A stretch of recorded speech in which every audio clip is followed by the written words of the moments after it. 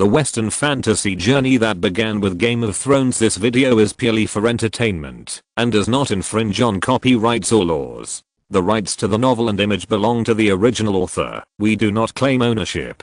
Don't like waiting and want to listen to this fanfic in full now? Subscribe to our Patreon, where you'll find the best fanfics. Chapter 76, Entering Again. That day, Renly not only learned that he would be sent to the Reach as an adopted son soon, but also met Lord Tyrell, who was smiling again and greeting him. It seems that the man is now quite satisfied with having a younger brother. It is understandable that adopted sons in this world have no inheritance rights. Except for some special circumstances, nobles send their children to each other as adopted sons as a diplomatic means to let the other party raise and teach them, and then to get closer. In fact, the child belongs to the family. His cheap eldest brother was sent to the Vale as an adopted son in his early years, and now his adoptive father is the prime minister and is considered to be his right-hand man. However, Renly believes that the situation he is facing is a little different from that of Robert, but he does not have too many opinions on this, or even if he has opinions, he can't do anything about it, because the matter has been decided when he knew about it.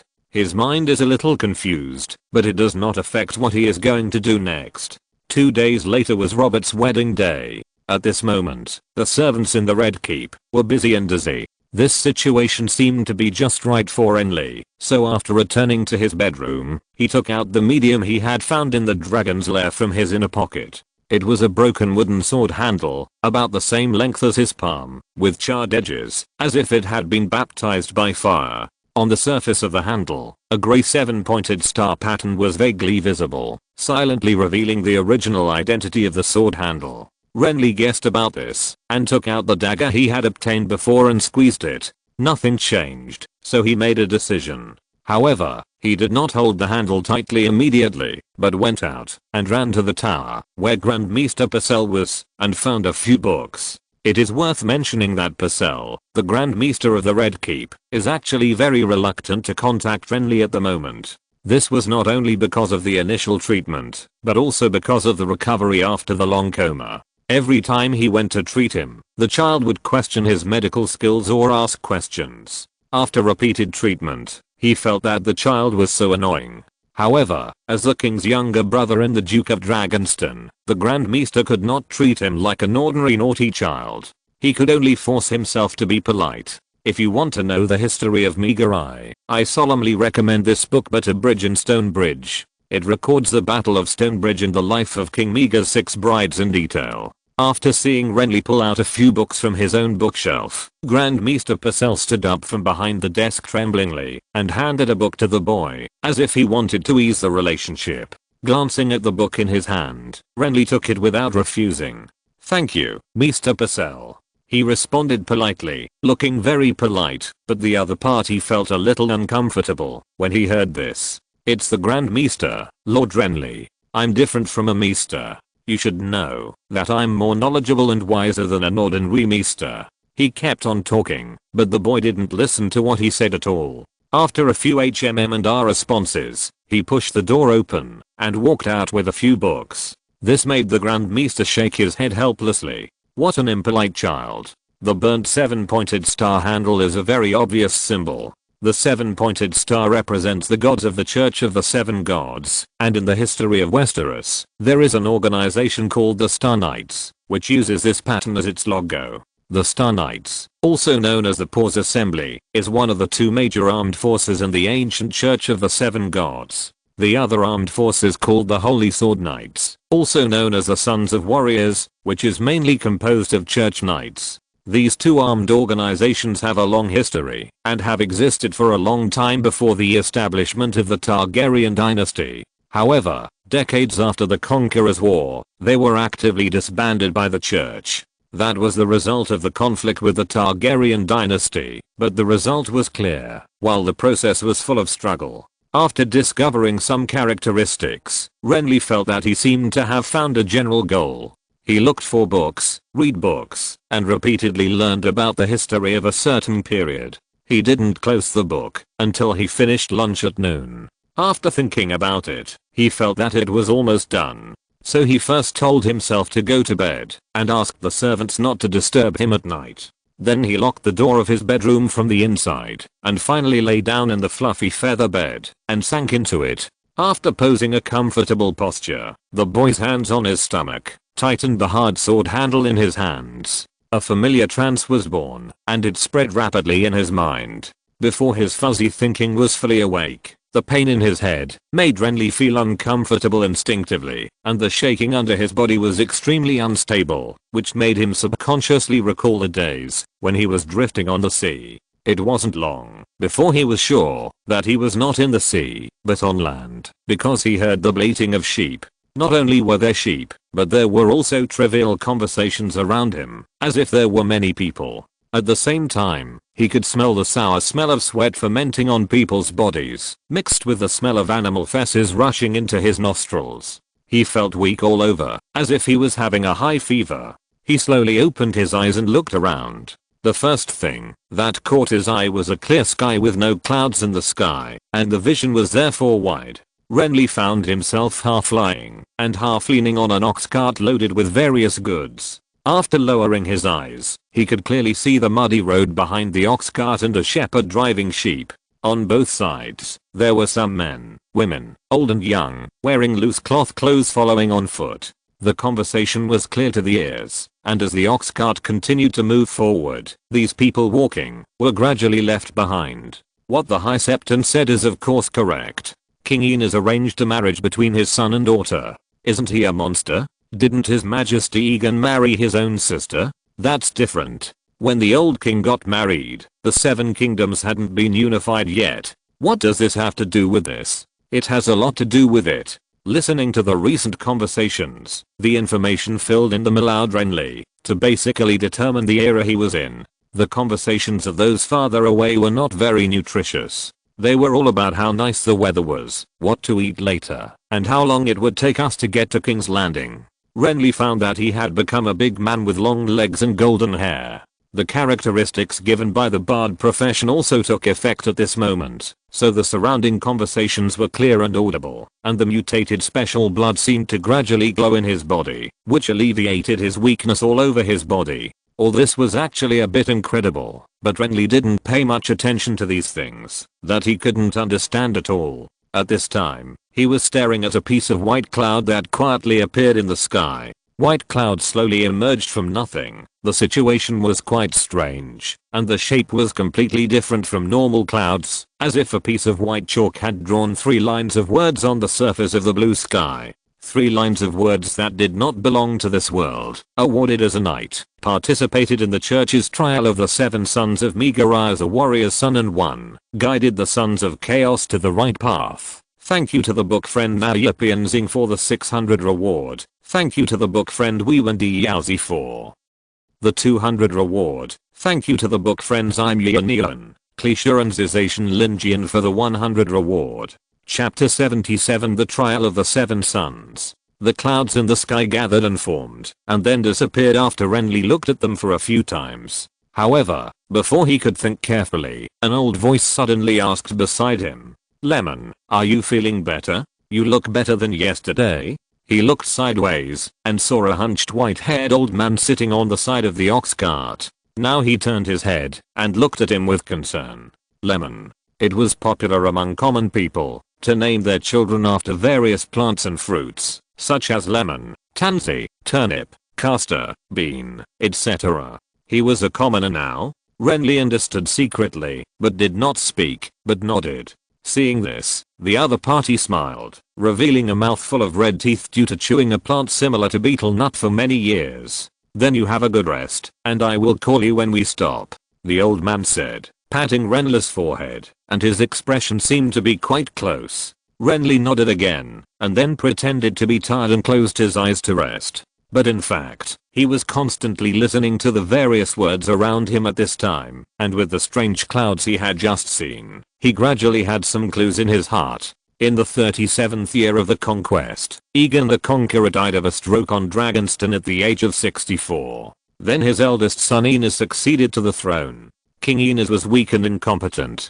During his short reign, chaos broke out in the 7 kingdoms. The most serious conflict was the conflict with the church. The Targaryen family had been marrying within the family for generations, but this was in serious conflict with the church's doctrine of prohibiting incest. When Aegon the Conqueror was alive, the church acquiesced to this matter and even acquiesced to his polygamy, but after his death, facing an incompetent king, this contradiction immediately surfaced. The first outbreak of the contradiction was that King Aenys' younger brother, Maegor Targaryen, married a second wife and committed bigamy. Although the result of this incident was that the king's younger brother Maegor took his second wife into exile to the free trade city, the church was obviously not satisfied with this. This also left a hidden danger for the second more intense outbreak of the contradiction. In the 41st year of the conquest era, King Aenys arranged for his daughter to marry his heir in accordance with family tradition.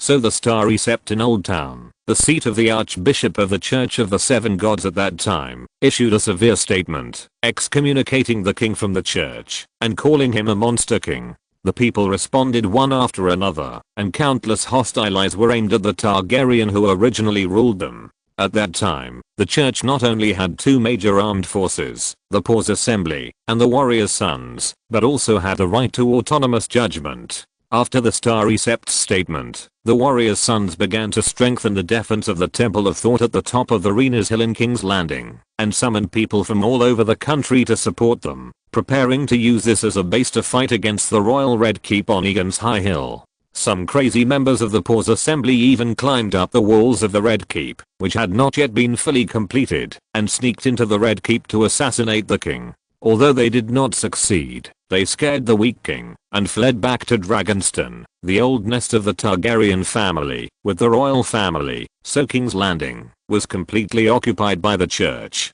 King Aenys died of illness not long after returning to Dragonstone. Although he had his own son, it was not his heir who ascended the throne, but his younger brother Maegor. Maegor's mother was Queen Viserys. After her son was crowned on Dragonstone, the Conqueror's queen challenged all those who denied Maegor's rule. The leader of the church warrior sons accepted the challenge, but on the condition that the more ancient and cruel trial of the Seven Sons be launched. King Maegor accepted the challenge. This is roughly the series of events facing the current era. Renly found that the people around him were discussing the statement made by the High Sept of the Stars, and it was obvious that they had not yet gotten over the novelty. Combined with some other words he heard, he was finally able to confirm that they were being summoned to rush to King's Landing to defend the Sept of Thought on the top of the Renys Hill in King's Landing, and confront King Aenys who had not yet escaped. This route does not conflict with the three things he saw before: being knighted,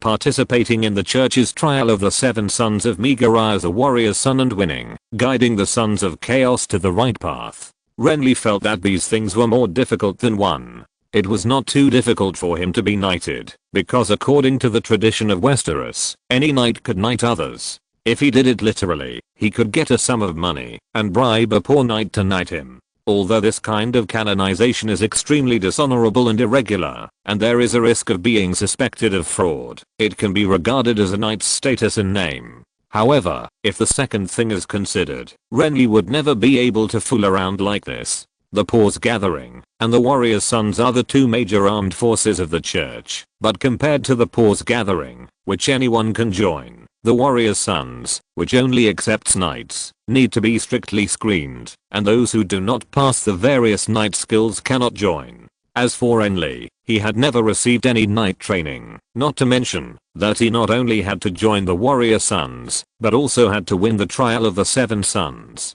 The trial of the Seven Sons was similar to the rules of a one-on-one duel trial, except that the number was 7 to 7, and the trial of the Seven Sons could not be stopped unless the parties withdrew the accusation or the person being judged died, which meant that it was either you or I would live. That was fine. Even if facing ordinary enemies, it would not be said that there was no chance of winning, but this trial was a confrontation between the long-standing church in Westeros and the new secular dynasty. The participants could not be mediocre people, but only top masters carefully selected by both forces. A rookie who had not yet become a knight, going against the top knights of the continent? Renly did not think he could win in a head-on fight, and he had no idea how to get into the trial. In addition, the third task also made him very confused. Whether it was in historical records or in his memories, the term Sons of Chaos had never appeared, so who or what was this thing? And how to guide it?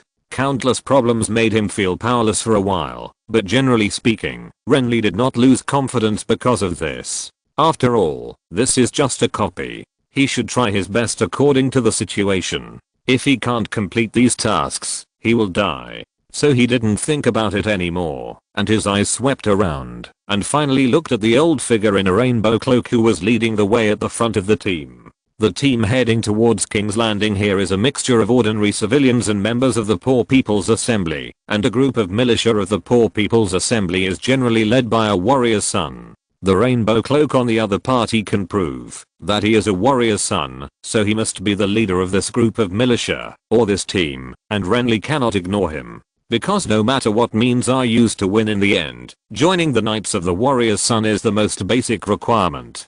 Thank you to the book friend Yan Zunran Huai for the 500 reward, and thank you to the book friend Xianatang 246, the book friend Yudi Shengen Ayune and the book friend Yuzar Shan Han for the 100 reward. Chapter 78 The Trial of the Seven Sons. The team they were in originally consisted of less than 100 people, all of whom were members of the Paws Gathering. They gathered and set out from a castle called Acorn Hall in the Riverlands. However, the job of the members of the Paws Gathering was to protect the believers from harm on the road, and they kept encountering some travelers who were going to the King's Landing Cathedral on the way, so the team gradually expanded to more than 200 people. The addition of these people seriously affected the team's progress and made the whole team chaotic, but it also brought some convenience. For example, the shaky ox cart under him was not actually the property of the members of the Paws Gathering, but was provided by an old man who joined in the middle of the journey. The old man was called Walter, and the young man driving the ox cart was his son.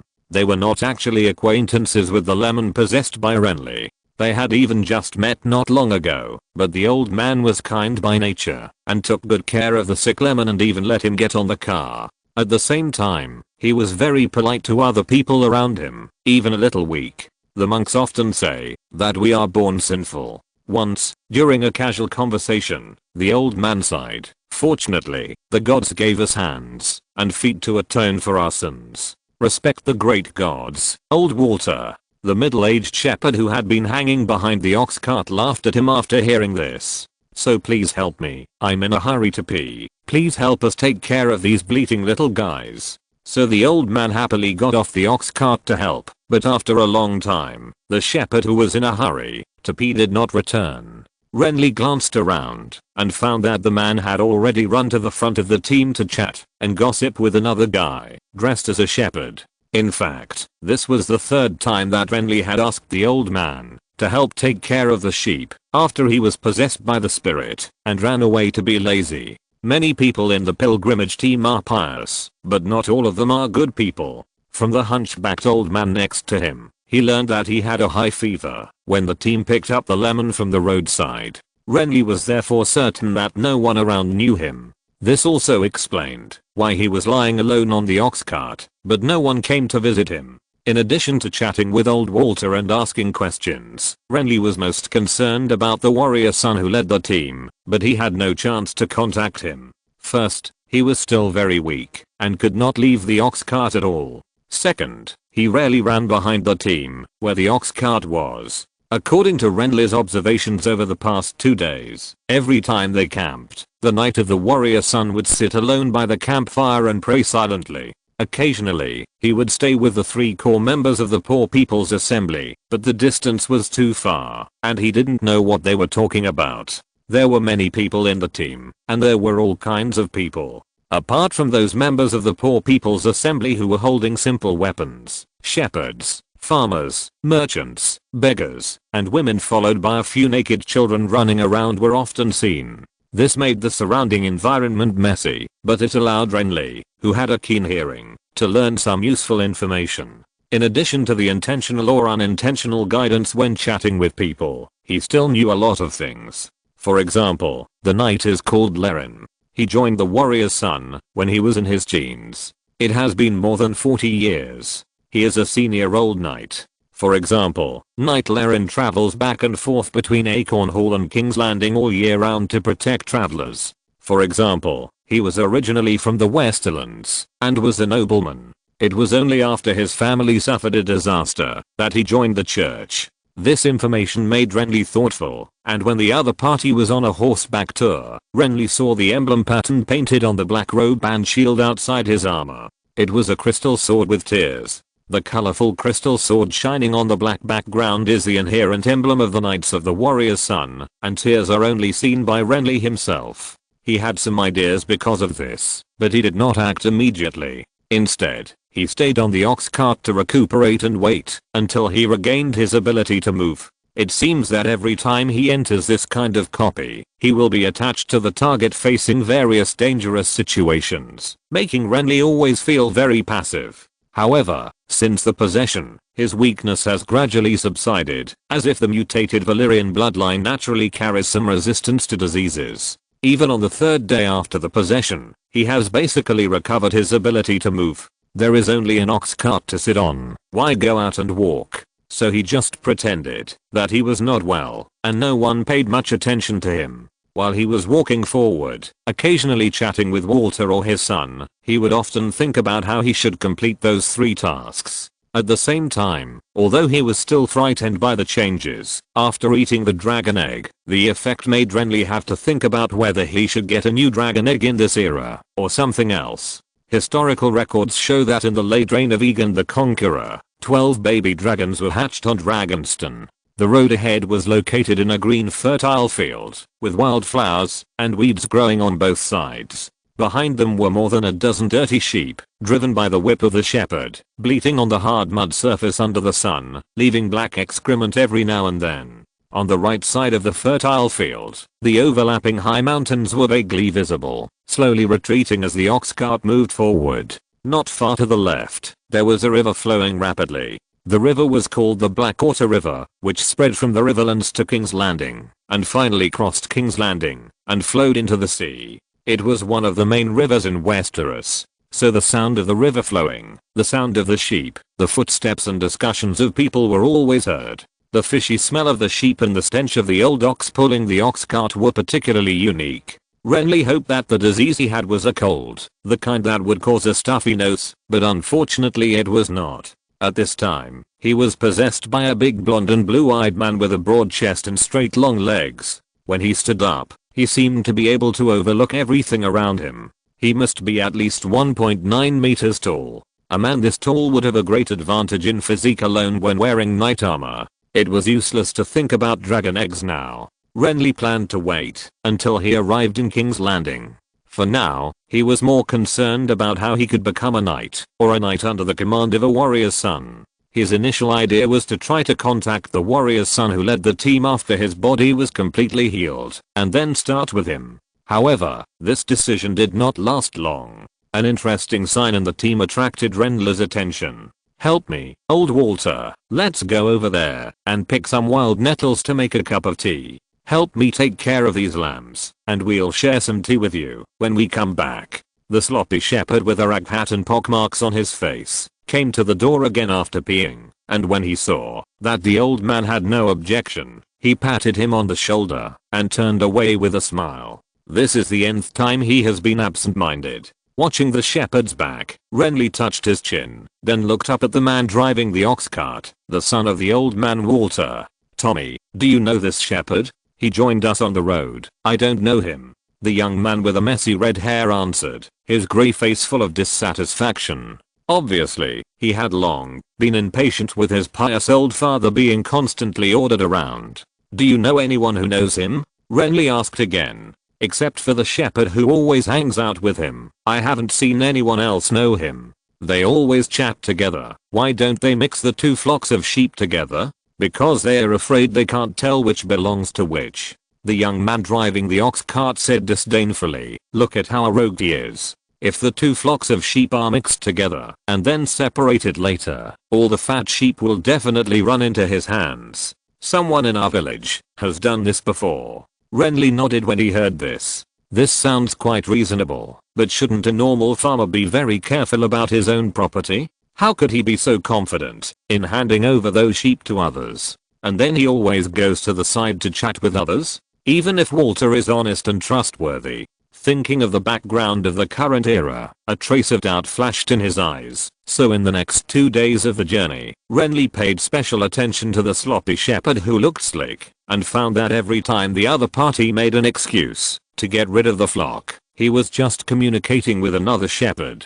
This doesn't seem to be anything special. After all, everyone has a fixed small circle, and it is impossible to know everyone in the team. It is normal to chat with acquaintances in their respective villages while on the road and not take the initiative to contact strangers around. However, Renly always felt that the shepherd was suspicious. This suspicion reached its peak when he pretended to urinate and approached and then overheard something they were discussing, whether to slip away first. Thank you Dragunov0 for the 200 reward, and thank you for the 100 reward.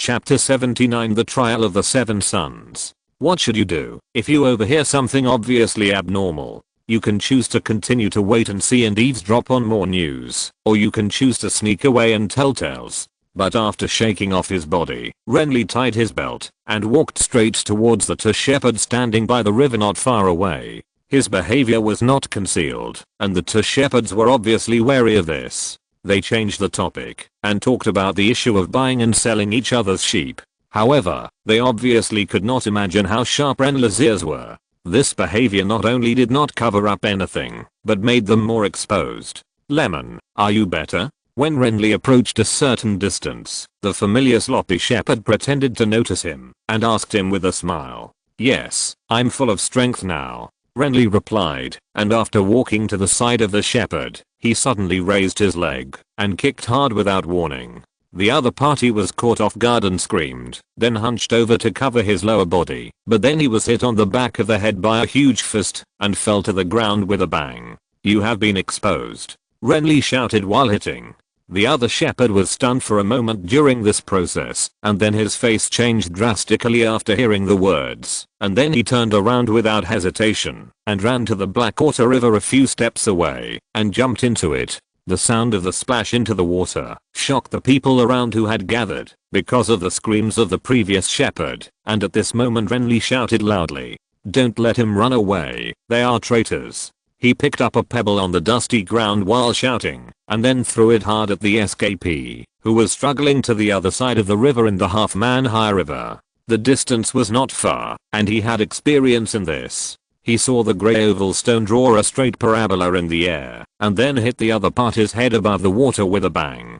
The shepherd who was struggling to swim forward trembled all over, and then was directly swallowed by the surging river. This series of events happened very quickly. When the people around reacted, the two shepherds had been dealt with. Renly wanted to go up and drag the shepherd who fell into the water, but he was blocked by two young men holding sticks. Big Lemon, what's wrong with you? One of them stared at him vigilantly and asked. There were several people named Lemon in the team, so in order to distinguish them, they had to use nicknames. As members of the Poor People's Assembly, although they were not familiar with the big blonde man, they knew his name. They are traitors, Renly replied, looking around and found that the river bank was surrounded by people nearby. The people at the front of the team also turned their attention to it, so he added another sentence. I heard their conversation. They are traitors. He didn't need to do anything more. Someone had already rushed into the river to drag the shepherd out. The sound of horse hooves was approaching quickly. The leader, Knight Laren, wearing a rainbow cloak, trotted over. The crowd made way for him, so he finally arrived in front of Renly, looked down at him and asked, You said they are traitors? The knight sitting on the horse was wearing silver armor, with grey hair and black eyes. He was tall and straight, but his voice sounded very old, and his thin face was full of wrinkles. He looked to be in his 50s. Yes, they are traitors, Renly said as he gently kicked the shepherd who was knocked unconscious by him, causing him to groan unconsciously. They are discussing escape. This remark set off a commotion among the people around. These farmers, craftsmen and assembly members had never thought that such a thing would happen, and everyone looked unconvinced. However, anyone with a discerning eye could tell that the situation was definitely not normal. If there was no ghost, why would the other shepherd jump into the river to escape? The old knight then dismounted, squatted down, and began to search the unconscious shepherd in front of Renly, and also began to carefully examine his appearance. Then he found a dagger and some odds and ends that should not belong to the shepherd. This situation made the experienced old knight look very serious, but he did not say much. Instead, he stood up and shouted to the group of people gathered behind him, "They are two thieves, everyone disperse." When they heard that they were thieves, the onlookers immediately lost interest, so only Knight Laren and the 3 core members of the poor people's gathering were left. "I want to thank you, Lemon. Your name is Lemon, right?" the old knight asked, and when he saw the other party nod, he said, "This may affect the next trip. I hope you can keep it a secret for us." Renly nodded again, and then suddenly asked, "Will there be a fight?" "Maybe," the old knight replied. "I want to join too." A bearded man behind the knight laughed and said, "The Stonites welcome all devout believers to join Big Lemon." He looked very enthusiastic, but it was a pity that Renly's purpose was not to join the poor's gathering, so he shook his head and said, "I want to join the warrior's sons." This was very straightforward, causing the 3 people to laugh. The old knight in the lead also shook his head helplessly, thinking that this person lacked common sense, so he kindly reminded him, "Only knights can join the warrior's sons, Lemon. This is the rule of the church. You can't join just because you want to." Renly immediately said, "I can go and be a knight." "You can't be a knight just because you want to, kid," the bearded man replied. However, this was exactly what Renly wanted. His purpose of doing this was naturally not to find a traitor, but to attract the attention of the old knight. And now that he has done this, he has also brought the topic to what he hopes for. So he answered with a blank face, "My grandfather was a knight. Why can't I be a knight?" This made the 3 members of the poor's gathering laugh again. "There is no such thing as inheritance of knighthood." Another tall and thin man smiled and said, "If we can inherit, we can become a knight now. Most young people dream of becoming a knight when they are young, and they always have a kind of extravagant hope to become a knight. So Renly's current performance is actually very normal, but he lacks common sense." The old knight was actually aroused a little interest when he heard this. "You said your grandfather was a knight?" he asked. "What's his name?" Renly was relieved to see this, and on the surface he immediately answered a name that he had thought of after thinking for a long time. "His name is Perwyn Osgrey." After the words fell, the old knight opposite was stunned. "Thank you to the book friend Sanki and Mengi for the 1000 rewards. Thank you to the book friend King Cheng/NM, the book friends Unme in the world, the book friend Kikali and the book friend 2019062314232531 for the 100 rewards." Chapter 80, The Trial of the 7 Sons. After Renly finished speaking, there was a moment of silence, and then the old knight asked, "Perwyn Osgrey, are you sure?" His facial expression was very strange, and Renly was a little confused. There were many people named Perwyn in history, but the Perwyn Osgrey he was talking about was not a person too far away, but the heir of a lord family in the River Reach during the Conqueror War era that he had read in historical materials. He died at a young age in a battle called the Wrath of the Wilderness. Because of his certain speculation about the old knight in front of him, he pondered for a long time before figuring out this name. It was originally just a layer of tiger skin, but judging from the situation, could this person know the person he was talking about? This is possible. In his time, the surname Osgrey belonged to a small noble family in the River Reach, but now it is one of the most famous nobles in the River Reach. It seems understandable that the old knight from the west knows the person he is talking about. After all, the west is adjacent to the River Reach. That's the name. Thinking in his heart did not affect Renly's superficial answer. He touched his forehead and said hesitantly, "Perwyn Osgrey, I remember this name, sir. My father told me personally." "What's your father's name?" the old knight asked again. "His name is Jerry Flowers, sir," Renly answered. The surname Flowers is one of the many surnames of illegitimate children in Westeros. In Westeros, illegitimate children of nobles from all over the 7 kingdoms have no right to inherit their father's surname, but they are not without surnames. Each region in the 7 kingdoms has a corresponding illegitimate surname, such as Flowers in the River Bay, Snow in the north, Storm in the Stormland, and so on. Renly felt that the old knight might be familiar with the Osgrey family, but this did not affect him from stating the identity he had set for himself. After all, you may be familiar with the person involved, but you can't be familiar with the illegitimate child of the person involved, right? And this illegitimate child was made up by him casually. Sure enough, the other party did not ask any more questions after hearing this, but frowned and pondered, as if recalling. Renly felt that things were a bit bad. He had no other intention in using this name. He was just trying to bring the two closer, while also bringing them closer in status. This approach was very skillful. The Osgrey family was a great noble family in the Reach before the conquest of the Conquerors. They were well known, wealthy, and powerful. However, after the raging battle in which Egan conquered the Reach and the Westerlands, the Osgrey family suffered heavy losses, and from then on began to go downhill. Later, they suffered constant setbacks, and by his time they were even just a family of wealthy knights. This alone was just a history of the rise and fall of a noble family, but considering the origin of the old knight in front of him, it might not be that simple. According to what he had inquired, the old knight in front of him was born into a noble family in the Westerlands, but 41 years ago he suddenly gave up his family's property and inheritance rights and chose to join the church. What kind of bloke could make him suddenly give up his property in the Westerlands and run to the church to become a poor and simple church knight? There are many possibilities: family and fighting, being trapped by love, or even maybe this person suddenly came to his senses and believed that faith is more important than material wealth. But if we consider the time and what happened in the Westerlands at that time, Renly had to think of a possibility. Did this person in front of him participate in that raging battle, or did his father and brothers participate? As a result, he was hit hard by the death of his relatives and finally converted to the church. This possibility is not small, because the River Reach and the Westerlands were both victims of that raging battle and suffered heavy casualties from the dragons burning. Renly cannot be completely sure of this, but if this is true, what would an old man whose life was changed by that battle think when he faces the descendants of the nobles whose entire family's fate was also changed by that battle? Although one is a noble in the Westerlands and the other is a noble in the River Reach, the two parties were brothers in distress in that battle.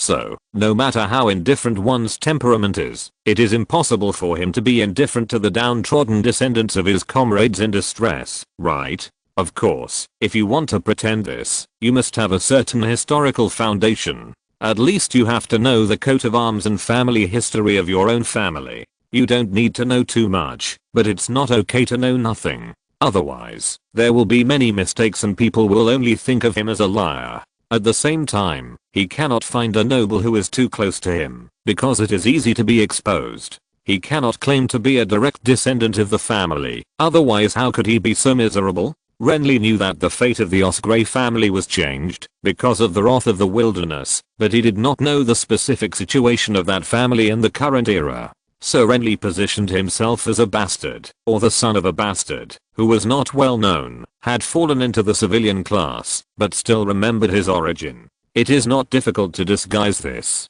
After all, a commoner who lives in a village and does not know most of the people, except his own lord, can pull out many things between the nobles, which proves that his identity is not simple, and Renly can read, which can better show his identity. In this way, he became the son of a poor bastard in the noble family of the Reach who was down and out because of the wrath of the wilderness. Although they were of the same low status, they were much better than ordinary peasants. In addition, the other party might have some emotions, because they were also fellow sufferers, so their status would be completely different from before. As long as this status was improved, Renly could more easily achieve his goal. Try to learn the knowledge and skills of knights from him, and rely on his identity to successfully become a knight and eventually join the warrior's sons. Only by becoming a knight, or a knight who looked like a knight, could he join the warrior's sons, and only by joining the warrior's sons could he participate in the future trial of the Seven Sons. This was a serial task, and Renly had already prepared for the first step of the long journey, and the starting point was the knight Laren in front of him.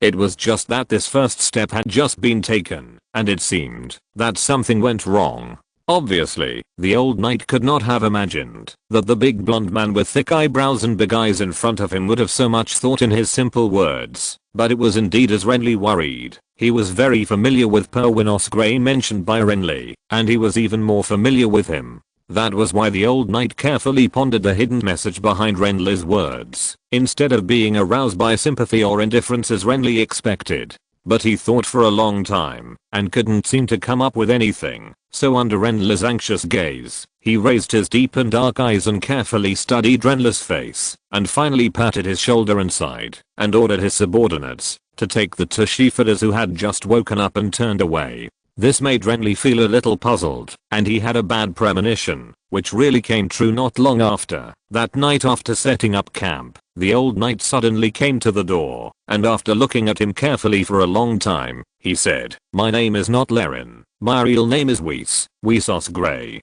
Renly was stunned when he heard it, and the other party said at this time, "The Perwinos Grey you mentioned is my brother. Thank you to book friend Egan Targaryen for the 2000 reward. Thank you to book friend Guhezhao for the 1000 reward. Thank you to book friend Shuyu Bayo for the 200 reward. And thank you to book friend ZH Yusha for the 100 reward." Chapter 81 The Trial of the Seven Sons. Although it cannot be said to be completely correct, Renly now feels like a fake meets the real one. Facing the old knight who is looking at him quietly, the surprise on his face is revealed without any concealment. "You are obviously a noble of the Westerlands. How come you are from the Reach? The Reach is the Reach. How come you are still an Osgrey? Osgrey is fine, but you actually..." His expression did not make the old knight feel strange. Under the moonlit riverbank, he said to Renly, "As far as I know, my brother did not leave any offspring, including illegitimate children." Renly opened his mouth, but the other party did not interrupt, but hesitated to ask and answer himself. "But I was only in my teens when he died, so I think I would not know, even if he had illegitimate children. It's just that you don't look like him at all, except for this golden hair," the old knight said, and suddenly shook his head. "Perhaps the caste of your maternal line suppressed my brother's bloodline. It's no wonder that our bloodline is always easily suppressed after marriage." He sighed and looked at the big blonde man in front of him with a stunned face, and his tone was low. "I can't be sure that you are really his descendant, and no one here can confirm your identity. But I don't think you are deliberately disguising yourself. Those who know my real surname have long died, or it is impossible to tell others. I don't think there will be any enemies who know this, and you sit against me," he said, laughing self-deprecatingly. "Besides, what value can a ruined church knight have to target? So what do you mean?" Renly felt that the person in front of him seemed to be more entangled than himself, and this made him feel less embarrassed, and he secretly thought about how to solve the current situation. However, in this situation, silence seemed to be the best way to deal with it, so he just stared at the other person without blinking, as if he had not recovered yet, and said nothing. Seeing this, the old knight smiled instead. "You are very good, Lemon. The two shepherds you found have helped us a lot. But as you said before, there may be a fight, so go join them. Take up arms to protect yourself and these innocent people. This world is full of dangers. Apart from praying devoutly, we can only hold on to our weapons tightly." After he finished speaking, he patted Renly on the shoulder and then turned and left. His back looked a little bleak, so he just left like that. Staring blankly at the back of the old knight, Renly felt complicated. Originally, he carefully selected a disguised identity to get close to the other party, thinking that there would not be too many mistakes, but he ended up going straight to the other party's house. After being exposed at the beginning, he even instinctively prepared to escape, but now it seems. Retracting his gaze, Renly frowned and pondered for a while, and finally decided to stay put. Obviously, from what the old knight said, he hoped that his eldest brother would have such a descendant, but it seemed that he was skeptical about Renly's identity, so he seemed very entangled. This situation was very passive, and Renly felt that he could not grasp it, but he also saw a glimpse of a simpler way from it. If it doesn't work, we'll talk about it later. Thinking thoughtfully, he looked at the rolling river beside him. This river, called the Blackwater River, became deeper as it went south. It was very shallow at the beginning, but now it seemed to be more than half a person's height. In other words, when it got deeper, he could completely jump into the river when he encountered danger, and then rely on it to advance or retreat. You can't believe in rumors. With emotion, Renly squatted down and put his hand into the slightly turbid river. After shaking under the cold water for a while, a yellow-spotted trout swam over quickly and was then grabbed by him. Since awakening the mutated Valyrian bloodline, he has not had the opportunity to try some of these ways. The next day, Renly took the initiative to find the bearded man, one of the 3 core members of the Poor People's Assembly yesterday, and expressed his desire to join. The other party did not refuse, but welcomed him with a big smile. Then Renly was given a quenched wooden spear, the tip of which was charred and looked extremely crude. But this was normal. As the name suggests, the Poor's Assembly is a militia organization formed by a group of poor but devout people, similar to the Beggars Gang. Its other name, the Order of the Stars, sounds mysterious, but in fact, this name just means that the members of the assembly are as numerous as the stars in the sky. There are about 70 members of the assembly in the team. They are responsible for protecting the dragging team to arrive at King's Landing smoothly, but in daily life, in addition to being vigilant around the road, they actually have to participate in training. After Renly joined, he was assigned to the front of the team and was responsible for clearing the way with some assembly companions. Naturally, he also needed to train with others in his spare time. He was very keen on training, but he didn't know much about weapons such as spears. As for close combat, he only used daggers, which was obviously different from the use of spears. However, relying on his own skills, his combat experience was also rich, so he fought well with a young black-haired companion during the first training. The sound of sticks clashing against each other was clattering, and the footsteps were steady as they advanced and retreated along the riverbank. The dozen or so members of the gathering who had gathered to watch, because of the new members joining, looked at each other in bewilderment. Finally, one of the 3 leaders of the gathering, the bearded man, couldn't help but shout, "You are using a spear, Lemon, not a stick. I mean, although you are holding a practice stick, you should use it as a spear." He instructed loudly, "Use the pointed end to stab your enemy to kill him, instead of using it to hit his head. Damn it, Lemon, you can use it to hit your head, but you have to use the pointed end to stab the enemy to draw blood. It's also easier to kill the enemy." Renly nodded obediently, and then began to try to use the tip of the spear against the enemy according to the instructions of the bearded man. The black-haired tall and thin man who was fighting with him had a lot of experience in using this kind of spear, but he was not very skilled. He was obviously confused by Renly's unconventional attack before, and was even led to use the spear as a stick in the end. However, when Renly began to attack the enemy with the tip of his spear, he quickly gained the upper hand. Renly was forced to retreat step by step. The long weapon in his hand made him feel uncomfortable. At the same time, the spear tip had a narrow striking area and was always blocked. He always wanted to swing the spear at the opponent as a stick, but he was hesitant because he wanted to stab people with the spear tip. This situation even obviously affected his combat effectiveness. However, if you don't know how to do it, you have to learn it. If you don't learn it, you will never learn it. So he began to concentrate on observing the enemy's every move. As he retreated, his mind was turning rapidly. Then he saw that the number of times he stabbed with the spear in his hand began to decrease, focusing on entanglement and blocking the enemy's attack, and every time he stabbed out an attack, he could cause the opponent to be in a mess. This ability to learn quickly surprised the more than 10 members of the gathering who were watching, and also caused a lot of discussion. During the practice, Renly found that the old knight was watching silently outside the crowd, which made him secretly feel that there was a chance, so he performed more hard. On the day he joined the gathering, he had already mastered the Spear Mastery level 1, so he was able to use this weapon with ease. On the second day, he was able to fight back and forth with his opponent, as if they were evenly matched.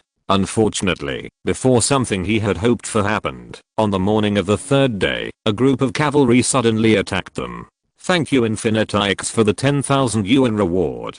Thank you 2017081819120541 for the 500 yuan reward, and thank you Sanchias Hey, Zyatang 246, Liu Shenke and Uyuraboriso for the 100 yuan reward. If you're listening to this novel on a channel other than Fanfic World, it means they downloaded and uploaded it without effort. We cordially invite you to visit our channel Mundo fanfic novelist. There you'll find the original version of this story, and you can explore many other novels of various genres. We're waiting for you to immerse yourself in a world of incredible novels. Chapter 80 to the Trial of the Seven Suns. The sky was clear and bright when the attack occurred, and the chaotic team was crossing a narrow stone bridge over a river one after another. However, before they had completely passed, a row of small black dots suddenly appeared on the hazy horizon of the distant mountains, which were obviously a group of cavalry. They didn't know whether they were enemies or friends, but the old knight who led the team did not hesitate at all. He directly ordered the members of the assembly to set up a battle formation, and he shouted loudly to the team that was crossing the river slowly to speed up. In fact, he didn't need to give more orders. People who sensed the danger had already unconsciously caused a commotion. Many farmers and civilians who joined in on the road began to push and shove in panic, hoping to cross the river faster. At the bridgehead, after estimating the speed of the cavalry and the speed of the people crossing the river behind them, the bearded man, one of the leaders of the assembly, breathed a sigh of relief and then clenched a long axe in his hand. "I didn't expect that. I still couldn't get rid of these people," he said, looking sideways at the old knight, who had dismounted beside him with a serious expression. The other party smiled bitterly and replied, "The traces of our rush are too obvious." After catching the two shepherds that day, they knew that someone was going to have bad intentions towards them, so they directly changed the route they planned to take. At the same time, they seemed to be rushing on the road every day, but in fact they were very alert to the surrounding situation. It's hard to say who the enemy is now, but it's probably the lords who are loyal to the king nearby. Otherwise there is no reason to attack them, the church people. But the old knight was not too worried about this. Although those knights looked aggressive, they couldn't resist the geographical advantage of the stone bridge behind them. In this case, he expected that, as long as they defended the bridge, the enemy would not be able to do anything to them. Unfortunately, this idea changed completely next. The small black spots visible to the naked eye gradually increased, but before they rushed over, there was a sudden commotion among the crowd, who had crossed the bridge behind them, and there were even women screaming in panic. The old knight turned his head hurriedly, and the scene he saw made him feel cold. He saw a group of masked riders in leather armor rushing out from the woods across the bridge, and now they were only a few hundred meters away from the people crossing the bridge. "Don't panic, retreat to the bridge." Seeing someone screaming and running away from the main group, the old knight shouted hurriedly, but it was useless. Some ordinary people had already scattered without discipline, and more followed his orders, but it was hard to say that it was a good thing, because their panicked attack made it impossible for the members of the assembly to smoothly deploy a defensive formation. There were waves of panicked voices around, and the sound of horse hooves gradually became clear. There were many enemies, and they were attacking from both sides. The old knight's heart had sunk to the bottom, and then for some reason, he suddenly thought of the big young man with blonde hair, so he looked around and saw the back of the other party jumping from the bridge into the turbulent river to escape. Seeing this look, he laughed in anger, but he didn't have time to care about the coward who was not sure whether he was of his own blood. In a panic, the members of the assembly at the end of the stone bridge struggled to stand up to the front, each holding the weapon in their hands and facing the enemy who was getting closer and closer. At this time, the situation was very chaotic. A dozen abandoned sheep were wandering across the stone bridge, bleating. Some of them hurriedly ran away in the face of the charging cavalry, while others stayed there stupidly and were trampled to death, or acted as meat trips, tripping 2 or 3 unlucky riders to the ground. However, all this did not hinder the main body of the cavalry's charge, nor did it make the members of the assembly relax at all. Behind them were the church believers and civilian travelers they swore to protect, and in front of them were the fierce enemies. The waving maces and spears made a brown-haired young man holding a wooden-handled short axe tremble all over, but several companions beside him roared. With the roar of collision, the scene was quite tragic as soon as it unfolded. The situation over there was precarious, but here, in the upper reaches of the Blackwater River, a group of 4 knights were walking leisurely on the edge of the riverbank. "The king has not ordered us to suppress the church. I think this action is inappropriate." One of the blonde knights took off his helmet and tucked it under his armpit and said so to his brown-haired companion beside him. The companion with smooth brown hair laughed at this, and the glazed green armor he wore reflected the glossy luster in the morning light. Don't forget Redheart Heron and Janissarin. What do you think will happen when our good king gives the order? The other party did not answer, so the brown-haired knight sneered. King Enos is weak and incompetent, and we, as subjects, naturally need to be tough. Otherwise this kingdom will not last long. But this is likely to anger the church. They have already gone against the royal family. Are you still afraid of angering them? The brown-haired knight interrupted his companion with a sneer. Besides, as long as we do it more cleanly, who will know all this? As he said this, the brown-haired knight looked at the stone bridge in the distance, which was slowly shrinking the battle line, and a strange color flashed in his eyes. His goal was to let the church know about this, so how could he do it cleanly? But he couldn't tell his companions about this. Thinking about the chaos that might happen in the kingdom in the future, he silently expected it, but he suddenly felt something in the corner of his eye. He looked sideways and found that it was a school of trout swimming in the Blackwater River. Why is there a school of fish here? He murmured strangely, looking at his companions, and found that they were also surprised by this. It is actually normal to have a school of fish in the river, but it is very abnormal to have a school of fish that gathers together and keeps swimming and flopping, staying in the middle of the river and refusing to go down with the waves. After a careful glance through the still clear water surface, they did not see anything unusual, except the school of fish, and even the water plants on the bottom of the river were dimly visible. The brown-haired knight then turned around and ordered the 2 attendants following behind him to go into the water to investigate the situation. The attendants had no objection to this, so they turned over and dismounted, took off their heavy clothes, and rushed into the river. However, as if frightened, after they rushed into the river, the fish that had not moved much before suddenly jumped away and hid in the other direction of the river. Seeing this, the 2 attendants hurriedly chased forward, but the fish jumped to another place again. After 3 or 4 times, one of the attendants was shaken and even slipped into the river. After a lot of rescue, he avoided the fate of being panicked and drowned. However, he couldn't go into the water again. The 2 knights were already impatient with the attendants' clumsy situation. The embarrassed look of one of them after a belly full of river water made them determined. So after looking at each other, they decided to go out in person. The members of the poor assembly on the stone bridge were just a group of peasant armed forces. There would be no accidents in the face of elite troops. At this moment, such a strange phenomenon appeared in the river. Maybe it was because of some special treasure. Of course, they had to find out. Thank you Heath book friends for the reward. Thank you Ouroboros book friend for the 400 reward. Chapter 83 The Trial of the 7 Sons. The river water kept flowing over his body and head, as if countless small hands were massaging him. During this time, some dust and grass stem debris in the water occasionally stuck to Renly and floated on him. The world in his ears was silent, with only the sound of his heartbeat like a drum. The cold feeling around him kept coming, gradually making him feel cold all over, but also bringing a stream of vitality to the water. At this time, Renly squatted at the bottom of the muddy river and waited silently. The depth of more than half a person made it quite hazy when he looked up, and the group of trout around him and his head also blocked his vision. But this would not completely affect his purpose. In the haze, he could feel a special force coming from the surrounding water. It seemed that a layer of twisted light had grown on his body, which was slowly flickering as the river water wrapped around it, giving Renly a feeling of being integrated with the river water. But in fact, he did not merge into the river water, but turned into a fish.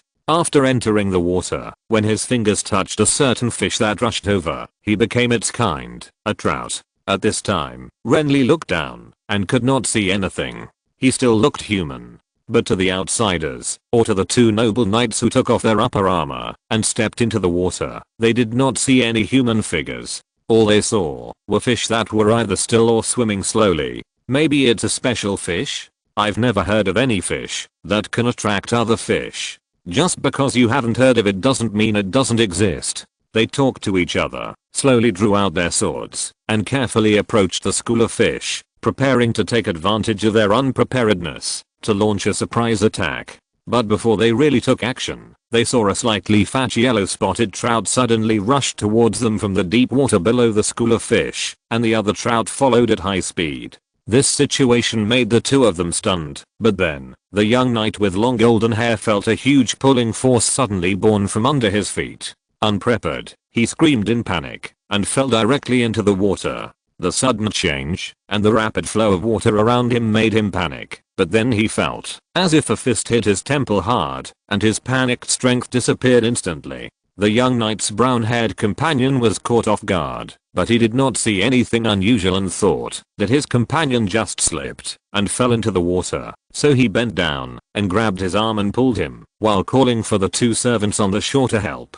However, before he could finish his shouting, a sharp pain in his lower body suddenly made his eyes widen, his mouth opened, and he hunched over. His face was painful, but then it was replaced by a moment of astonishment. He could clearly see that the fat yellow spotted trout in the river below him suddenly jumped out from the depths of the river, and then suddenly expanded and transformed into a blonde man, after breaking through the water. "You!" Facing this face so close, he screamed in fear, but the huge fist that came at him made his eyes go black immediately, and then his whole head began to buzz. Then another punch came, making him stagger, and finally fell into the river, splashing randomly. The heavy blow to the head and the choking feeling after falling into the water were also very uncomfortable, but the combination of the two prevented him from fainting immediately, but he was also quite vague about everything around him. In a daze, he heard the servants angry shouting, but the sound disappeared after a while. Then he felt that he was dragged to the shore, and then it seemed that someone started to tie him up with something. He wanted to struggle, wanted to stay away from the monster that emerged from the water, but he had no strength in his body. The slight movement reminded the other party, so the brown-haired knight was kicked hard on the back of the head again, and complete darkness swallowed him up. The whole time was only about 2 or 3 minutes. Renly, who was soaking wet, stood on the riverbank with his hands on his hips, looking down at the two unconscious knights who were trapped by his own clothes, with a look of joy. The mutant Valyrian blood made him feel very relaxed in the water, and the special camouflage ability made his hiding seamless. Renly had tested this ability in the water before, but this was the first time he really used it, and the effect looked really good. Thinking of this, he raised his hand to wipe the river water dripping from his golden hair, and then looked at the hazy battlefield in the distance, and his joy faded. Shoot the horse first when shooting a person. After discovering that the enemy was coming with great momentum, and was much stronger in quantity and quality than his own, he chose to temporarily avoid the edge without hesitation. Originally, Renly thought that the enemy leader would be hiding behind the enemy army, so he even thought that, if there was no chance, he would just run away. However, after carefully watching for a while under the stone bridge, he discovered the situation upstream of the river, so he decisively ran here. Everything was going well. He captured 2 knights who seemed to be the leaders without much effort, but the battlefield was changing rapidly, just like a meat grinder. It was unknown how many of those former companions were left now. "I hope those 2 squires can run faster," he sighed. The screams of pain coming from behind were very obvious, and the severe pain on his forehead made Huck not sober. The enemies who kept charging in front of him attracted his remaining energy. The companions beside him kept falling one by one, including Long-Faced Top, Groll, Lame Jerry, and even Sir Laren who led the team. There were only a few people left standing, and the enemies no longer had the fierce desire to attack, but became hesitant, as if frightened by the large number of casualties. However, this did not affect their offensive. On both sides of the stone bridge, there were still continuous enemies crossing the corpses of people or horses, rushing towards the group of people gathered in the middle of the bridge. Hake had no choice but to stand firm. He gritted his teeth and swung his spear hard. An enemy in leather armor who was approaching screamed and was stabbed in the neck, but then another enemy came up behind him. Although the waving flail could not reach Hake who was using a spear, it also entangled his spear tightly. Hake, who had no strength in his body, could not struggle, and watched a long axe from the other direction fiercely attack his head. Is he going to die? This thought flashed through his mind, and he breathed a sigh of relief for no reason. However, he soon found that he was not dead, because a young brown-haired companion beside him blocked the attack for him, which made him stunned for a moment. The young man who was trembling with fear at the beginning of the battle was now crying and swinging a long sword that he had picked up from somewhere. to chop at the enemy, and the long axe blade on his left shoulder had been deeply stuck in it. The enemy gritted his teeth and tried to pull it out, but it could only bring a splash of blood, as if the axe was firmly stuck in the young man's shoulder. The blood splashed beside him stimulated the exhausted Hake, so he suddenly roared, pulled the flail wrapped around the weapon in his hand, and then used the spear in his hand as a stick, swinging it violently, and knocked the enemy to the ground with a bang. Then he bent down like a mad bull and hit the other enemy whose long axe was stuck. The clear sunlight enveloped the stone bridge. The mist rising from the river on both sides made the battlefield hazy, but it could not cover up the fierce fighting coming from it. Hake, who had cheered up a little, fought bravely, but the defense on the other side of the stone bridge behind him had already fallen. Now the enemies had rushed into the people they were protecting, roaring ferociously, like hungry wolves mixed into the flock of sheep.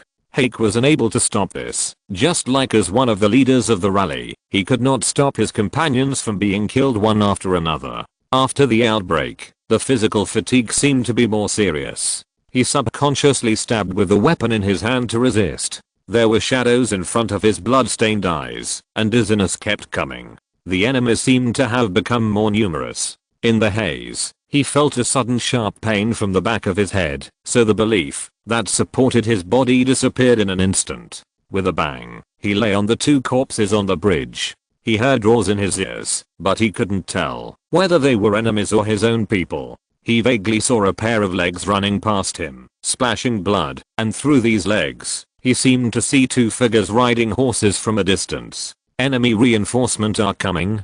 This thought flashed through his mind subconsciously, and he completely lost the desire to survive. But what happened next made his remaining thoughts suddenly stagnate. The enemy retreated. This made his hazy thoughts clear up, but the physical fatigue made him have no strength to stand up. The dirty blood brought by the retreat of a large number of people covered his eyes with a dark red, and there seemed to be bursts of screams around him. Is that Lemon? Thank you to the book friend Kindine for the reward of 500, and thank you to the book friend Zyanatang 246 for the reward of 100. Chapter 84 The Trial of the Seven Sons. The fierce battle on the stone bridge ended with the arrival of two riders dressed as servants. After hearing the loud horn sounds, the enemies who had been attacking withdrew from the battlefield like a wave. Then they confronted a blonde rider who came from afar for a long time, yelling and shouting at each other for a long time, and finally retreated unwillingly. When everything was settled, the survivors were still a little dazed, as if they couldn't believe what they saw. However, with Renly's reminder, these people woke up one after another, and began to clean up the battlefield quickly. But everyone couldn't help but look at the tall figure wearing a silver mailcoat. In fact, the current image of the person was a bit funny. The mailcoat on his body was obviously tight and ill-fitting. The leggings and combat boots tied on his legs were also not very suitable, not to mention the pile of armor and weapons hanging on the black warhorse he rode. Overall, he didn't look like a decent person at all, but like a bandit mercenary who made a fortune. But this guy who looked like a bandit made all the survivors feel grateful and awed. The whole battle seemed to have lasted less than 10 minutes, but the team of more than 200 people was now reduced to less than 30 people, and most of them were injured. But if it weren't for the big blonde man, or if he hadn't taken the risk to capture two enemy leaders, none of the remaining people would have survived. It was Lemon who discovered the traitor in the first place. When helping a wounded man, a surviving member of the assembly said to his companions, "He is very brave and smarter, like a real knight." The companion echoed. However, although the joy of victory occupied a place in the hearts of the survivors, the dead companions made them feel the cruelty of fate more. Those who had talked and laughed with them not long ago will never be able to speak again now. The atmosphere on the surface of the stone bridge filled with blood gradually became dull and even silent. More than 200 people were reduced to less than 30. Although some people escaped before the battle, the majority of them died. Everyone had acquaintances who died in this encounter, good friends, relatives, colleagues, and even wives and children. The leader of the poor assembly was left with only the bearded Huck, who was so weak that he seemed to die at any time. The civilians who had little fighting power were basically killed or injured, and even Renly was affected. He didn't know many people, but whether it was old Walter, who kindly let him sleep on the ox cart to recuperate at first, or his red-haired son who pulled the cart, or even the young man of the assembly who often practiced with him later, they had all become cold corpses at this time. Or rather, even the corpses were not very complete. At the same time, Knight Leren, who had originally made him have great expectations, was also turned out from the mountains of corpses and blood. His silver-plated armor was stained with blood, and some of the gaps in the joints, and under the ribs, were covered with wounds, and blood kept flowing. Fortunately, because of the protection of the armor, the old man was still breathing, but it was very weak, and it was unclear whether he could wake up. This made Renly's original sense of ease disappear without a trace, and he felt heavy in his heart in the face of this cruel war. In such a terrible situation, the only thing to be thankful for was that they had 2 captives in hand, so they didn't have to worry about the enemies coming up again, although the shadows of enemy scouts could still be seen in the distance. So they sped up. After cleaning up the battlefield and rescuing some companions who were not really dead, the survivors hastily buried their dead compatriots and then set off again. The oxen pulling the ox cart had died, but some horses that had lost their riders and were not taken away by the enemy when they retreated made it much easier for the survivors. So not only could old Walter's ox cart be used again, but the remaining people could basically ride 2 by 1 instead of walking. When we get to King's Landing, I will report your story to the bishop, Lemon. Maybe this can make you a knight. On the way that afternoon, the bearded man who was squeezed in the corner of the ox cart and couldn't help panting spoke to the big blonde man riding a horse next to him. He obviously still remembered what the new companion had said at the beginning, that he wanted to become a knight and then join the Sons of Warriors. Renly, who was riding on his horse, nodded silently upon hearing this. In Westeros, the only way to become a knight is to receive training from childhood and to make meritorious deeds, and the latter is the main way for civilians to be promoted. Renly did not think that his contribution this time was very great, but it was better to have this hope than nothing. The premise is that he can successfully bring these people to King's Landing. Thinking of this, he turned his head and looked at the 2 captives who were tied tightly with ropes and staggering on the road at the back of the team. These 2 people did not wear any emblems or things that revealed their family identities. They were obviously cautious about this. No matter how the survivors interrogated them, they said nothing and behaved very tough. However, despite strictly keeping their own secrets, they were still full of fear when facing Renly, especially the brown-haired young man. Every time he was swept by Renly's eyes, he couldn't help screaming, obviously treating him as some kind of demon. After sending them to the sept, I don't believe they won't speak. After following Renly's gaze and looking over there, the pale bearded man on the ox cart murmured with resentment. So many people died, someone must pay for it. Yes, they must pay. Then I will kill them with my own hands, without leaving a single one. He fell into a coma muttering like this, with a look of deep hatred on his face. Renly shook his head at this, and then called 2 survivors riding a horse not far away, to look after the seriously injured on the ox cart, and he ran to the front with his horse's belly. At this time, with the help of others, he had put on the plate armor he had obtained from the captives before, and the original clothes and silver mail inside. Riding on the warhorse, the glazed green armor was not very suitable, but it was also majestic, and he was the most intact combat force in the team.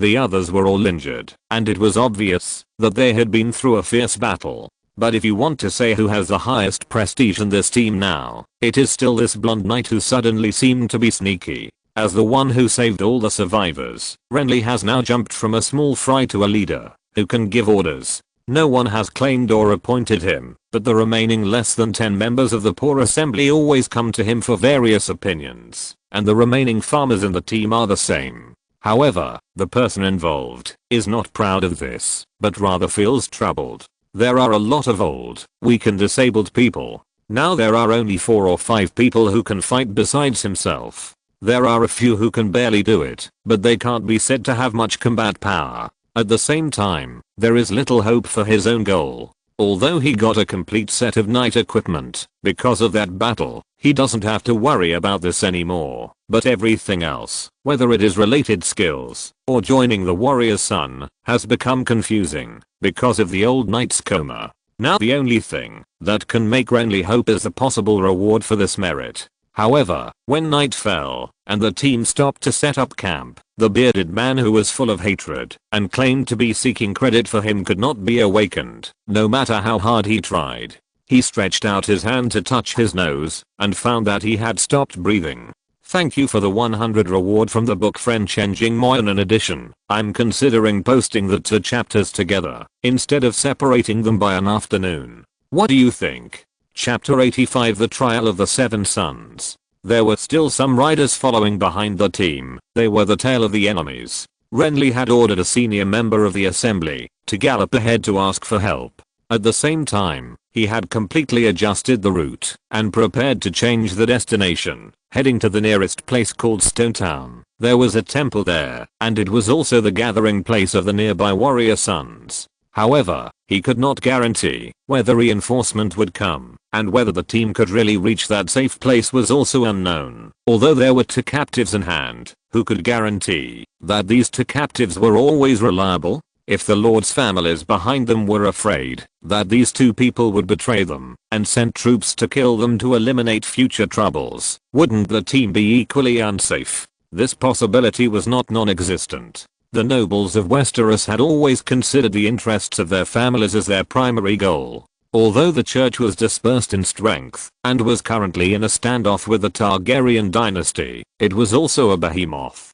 If they showed up rashly, they would only suffer a devastating blow. So even though there were many casualties in the team, he still asked the horses to speed up the march without stopping. The fertile fields on both sides seemed endless, and the road under their feet was muddy after a rainfall. On the road, they occasionally met some scattered travelers, and there were also farmers seeking protection. But despite the members of the gathering's criticism, Renly still refused to perform this kind of work again, because he was afraid that there were traitors among them. On the 3rd day after the death of the bearded man, the team passed by a village. A member of the gathering claimed that he often came to this village and was trustworthy, so they stayed here for a while. The local villagers welcomed the arrival of the travelers and actively provided accommodation and food.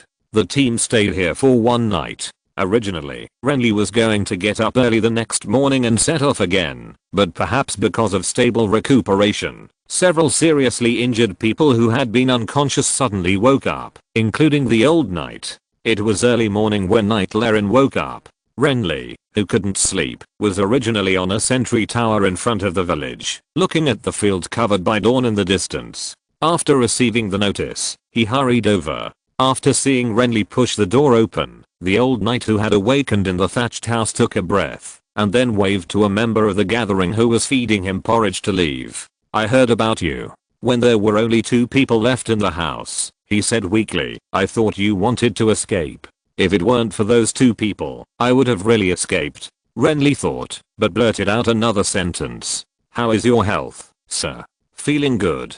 The old man leaning against the mud wall smiled and said, but even if I die like this, I will be comforted to see my brother's descendants before I die. These words made Renly's face startled, but the other party had already closed his eyes weakly at this time, so he didn't say anything, looked at the old knight for a few times and turned away. After the sun rose, the team continued on the road, but the number of people was reduced again. Several members who did not originally belong to the poor people's gathering chose to stay, and some seriously injured people in the team were also arranged by Renly to stay here to recuperate, ready to come back to pick them up after finding reinforcement. Originally, he planned to leave Knight Laren here, but the other party struggled and insisted on following the team. He claimed that the duty of the son of a warrior was to lead the members of the gathering forward, so there was no reason to abandon them and stay. The old man was very stubborn and insisted on this. Renly felt that he actually had another purpose. The next few days were a continuous journey. There were less than 10 members left, so the team was not slow. The old knight, who Renly cared about especially, was also waking up and falling into a coma intermittently during this period. Every time he woke up, he would ask Renly to say a few words. Renly felt that he would not live long. But one day, the old knight became unusually energetic after waking up, and his pale face became ruddy. He called Renly to the front of the ox cart. He habitually looked at the big blonde man in front of him for a few times, and slowly said, "You know, I'm a deserter." Renly was stunned when he heard it, but the other party did not finish his words. Instead, he said to himself, "I was your grandfather's squire. Together with him and your great-grandfather, I participated in the war that made the River Bay royal family extinct. When your grandfather died, I should have stayed by his side, but the dragon, those 3 dragons really made me." When he said this, he paused. "So I ran away." Knight Laren's voice was much smoother than before, without any emotion. It sounded like a normal old man chattering, and it seemed that he didn't want Renly, the listener, to respond. "I felt ashamed, so I gave up my family's inheritance and chose to join the church to atone for my sins. I spent half my life believing in the gods in heaven, but in the end I always dream about the scene of that day. My father and brother fought to the death, and I turned around and ran away. They died, but I survived. It was really a nightmare. This is normal, sir." Renly comforted him. "Otherwise, if you stay there, you will die." The other party did not feel comforted by this, but shook his head. "You said this is normal, but if I were given a chance to choose, I would like to die in that war." Renly did not say anything. He felt that the other party was full of memories of the past at this time, and he could clearly see the old age hidden under the old man's rosy cheeks, which made him feel a little uncomfortable. Seeing this, the old knight smiled instead. After staring at him for a long while with his cloudy eyes, he said with regret, "I wanted to teach you personally. You are a promising talent. You learn quickly, and most importantly, you know how to use your brain. But I didn't expect that my death would come so soon. I have been looking forward to this day, but it shouldn't be now, and it shouldn't be when I just met my brother's descendants. This must be the punishment of the gods in heaven for me." When he talked about his brother's descendants, his tone was very firm, as if he had confirmed that Renly was the blood of their family. Renly couldn't imagine where his certainty came from. All kinds of clues? Or was he forcing himself to believe that this was the truth in his heart? He didn't understand, and the old man was obviously not obsessed with it anymore. After he finished speaking, he raised his hand and patted the guard plate behind him, so the ox cart stopped appropriately, and then the old knight staggered to his feet with his hands on the side rails of the ox cart, and got off the ground with the help of Renly.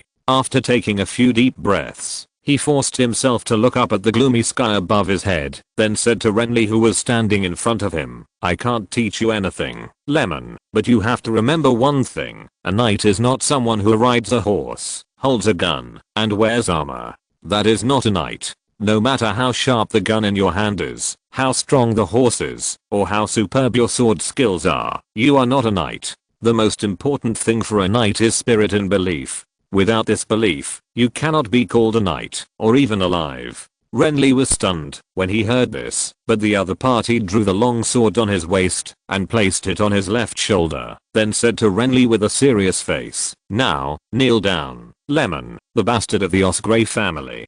Thank you to Yodianlan 123 for the 5, and thank you to Zixuzaze, Zyatang 246, Lies Woldently, Hezekiah at 18645 CX and 201709271516144250.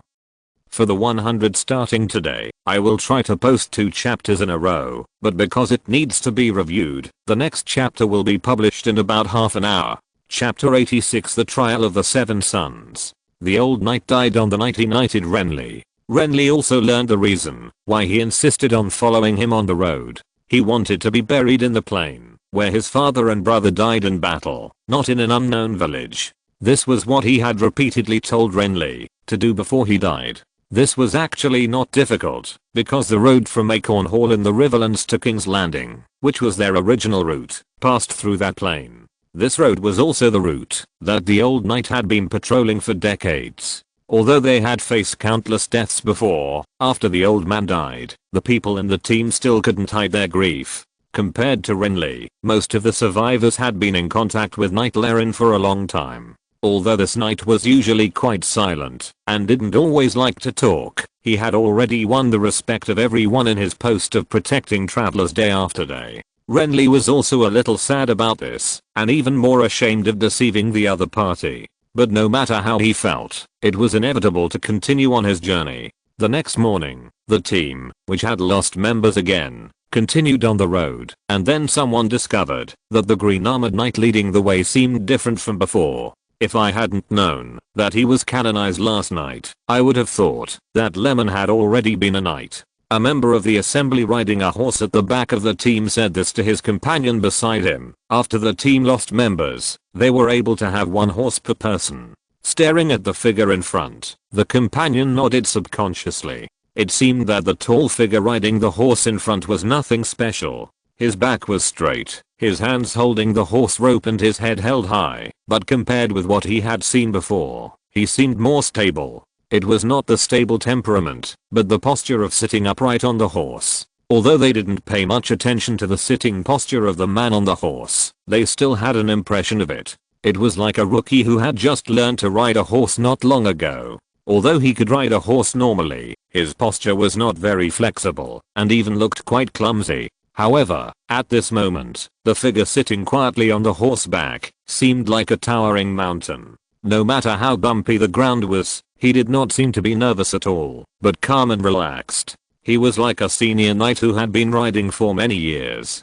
Maybe he was it. A middle-aged man riding a horse behind them shook his head and sighed. Although the specific situation was not clear, everyone in the team knew that the dead knight Laren was related to the emerging Lemon leader.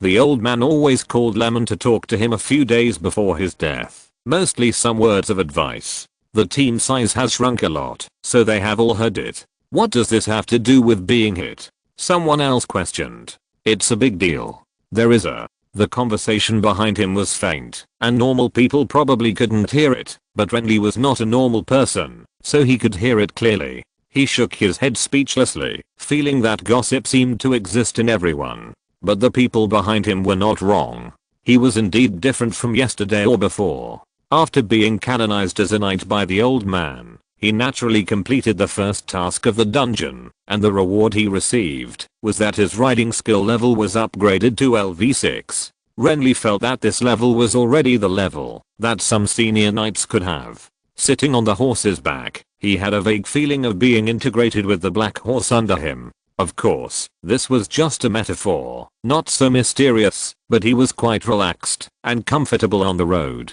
He didn't even need to pay much attention. On the horse's back, he could subconsciously adjust his sitting posture with the bumps of the horse, which was enough to avoid some discomfort. This made him feel a little regretful. He felt that, if he could receive more tasks after entering the dungeon, maybe he wouldn't have to learn anything at all. Just completing various tasks would be enough to make him a top knight. Thinking of this, Renly's ears suddenly moved, and then he turned his head to look behind him. 6 or 7 members of the assembly rode horses, and 2 strong ones sat on the ox cart with the 2 bound captives. At the same time, the old knight's body covered with hay was also placed on it. This is their current team. But Renly was not looking at his own team at the moment, but at the fertile field behind the team. His face gradually became solemn, and he even picked up a longbow hanging from the horse bag. The people in the team looked at each other, and then turned their heads to look behind them. Then they found a group of small black dots approaching quickly at the end of their sight. Enemy? Why did they catch up suddenly? Damn it, get ready for battle. After a slightly panicked commotion, there was a sound of metal weapons being unsheathed. Relying on the previous battle, although their number was not large at this time, they were all wearing leather armor and iron swords, and even 4 or 5 of them were equipped with bows. Basically, they had upgraded their muskets to cannons. The small black dots in the distance seemed to be much more numerous than them, but they were not without the ability to fight at this time.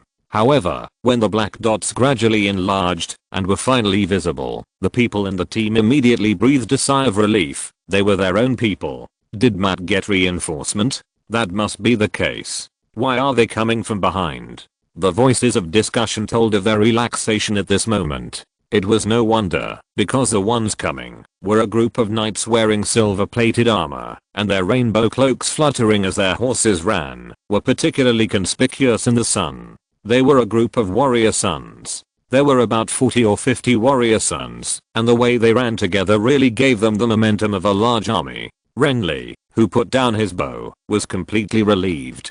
After rushing on the road, he was afraid that the enemy would appear again, but now it was not the enemy, but a group of church knights who came, which seemed to mean that they were no longer in danger. Not long after, the warrior sons ran closer, and the sound of reeling in the horses and slowing down was heard repeatedly. The members of the assembly looked at Renly, and after seeing him nod, a senior member rode up to negotiate with one of the knights who approached, and the rest stood there waiting. Renly found that there was someone pointing in his direction while talking, which was not what he expected. Not long after, a middle-aged knight who seemed to be the leader of this group of warrior sons came trotting over.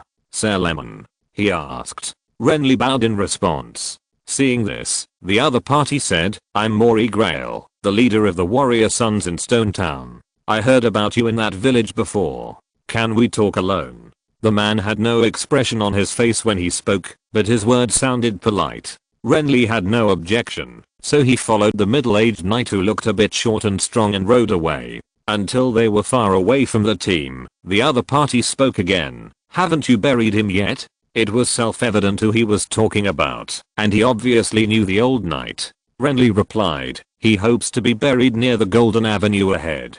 Knight Murray sighed after hearing this, and seemed to know something about the old knight, but he did not say much, but changed the subject. "You have made a great contribution, Sir Lemon. Since Sir Leren made you a knight before his death, I think I can understand what he wanted to express." He paused, then stared at Renly with deep blue eyes, and said in a serious tone, "It's just that I can't accept you into the warrior's son for the time being, because I think you still need teaching." Renly was stunned when he heard this. Chapter 87 The Trial of the Seven Sons. No matter what weapon you use, no matter who you are fighting, it is very important to have a clear grasp of the attack range of both sides. This sense of distance determines your room for dodging and attacking. The warrior sons from Stone Town were not here specifically for rescue. They were originally planning to go to King's Landing, but just as they set out, they met the rescuers sent by the team, so they rushed over. It was just because they took the wrong road with Renly and his team, so these people ran to the village behind, and finally they caught up with them after a quick ride.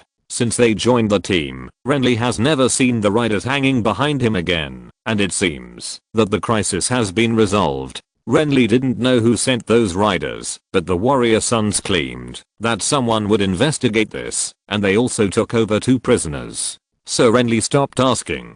King's Landing is still a long way from here, and they naturally cannot travel this distance without stopping. So whenever they rest, the knight named Maury Grail will call Renly and teach him various fighting skills or let his own squires practice with him. This is obviously what he said. Swordsmanship does not rely on your instinct to chop, dodge, and block, but relies on your mind. Understand the enemy's behavior habits, test whether his character is cautious or radical, and then lay out tactics and execute them. This is what you should consider first. The sound of wooden swords colliding, accompanied by the stern teachings of the middle-aged knight, continued to sound by the riverbank. There were some warrior sons watching around, but more were in the camp not far away, making fire and cooking. The crowds of people looked very lively. Because of the addition of the knights, the team began to absorb some travelers on the road again, and it seemed that they had no worries about whether they would be attacked. Renly guessed that this might be something to rely on, but he did not think about this matter at the moment, but devoted himself to training. Western swordplay may not seem to have many tricks, but in fact there are still many fixed movements, such as attack, block, opening moves. Renly has been learning these recently, and when all the basic knowledge is learned, it is necessary to start repeated practice and put the knowledge into actual combat. Renly is quite unfamiliar with this, although he has a lot of practical experience that is only for bows and daggers. Even if he has practiced spears before, using this two-handed longsword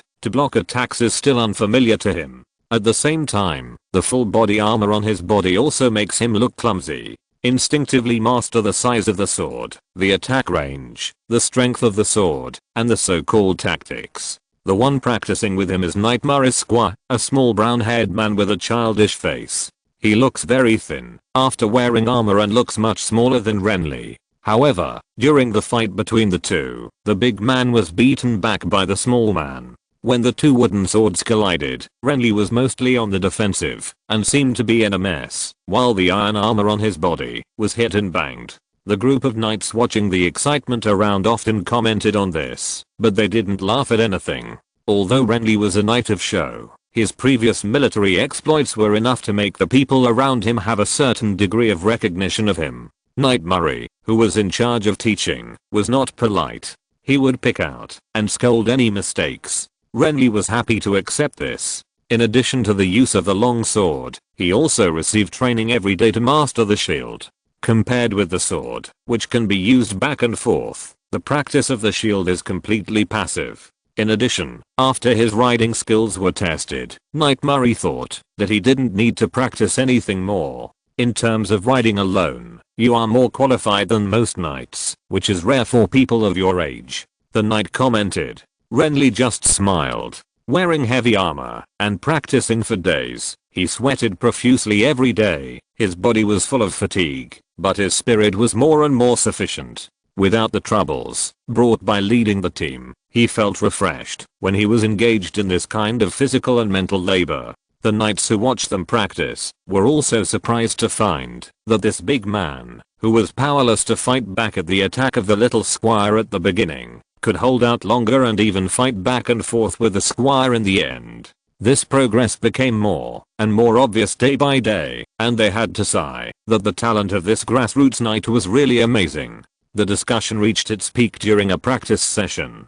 Renly, who was constantly defending, suddenly used his sword to block the enemy's long sword after the opponent's attack, and knocked the wooden sword he used for practice on the opponent's helmeted forehead with a sound, and then took advantage of the situation to drop the sword across the part of his neck that was exposed in the armor and gently knocked it, making a dull sound of chainmail collision.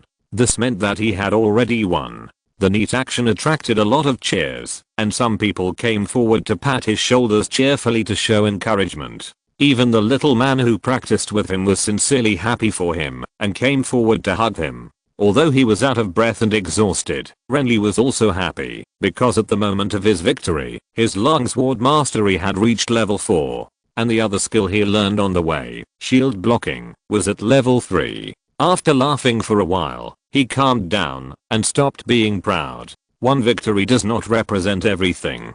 Every battle is a new beginning. Even senior knights can hardly guarantee victory in every competition. Moreover, although these abilities are improving rapidly, the higher they are, the harder it is to upgrade. According to Renly's previous experience, level 1, 2, 3 is the easiest to upgrade. After level 4, it is very difficult. The process of level 6 to 7 requires day-to-day hard work to learn. However, he is not qualified to participate in the trial of the 7 sons at his current ability level. At the same time, even if he is qualified, these are secondary, because the most important ability of the trial of the 7 sons is not the long sword, but the lance charge. In the history of the Targaryen dynasty, there have only been 2 trials of the 7 sons, one not long after, and the other more than 100 years later.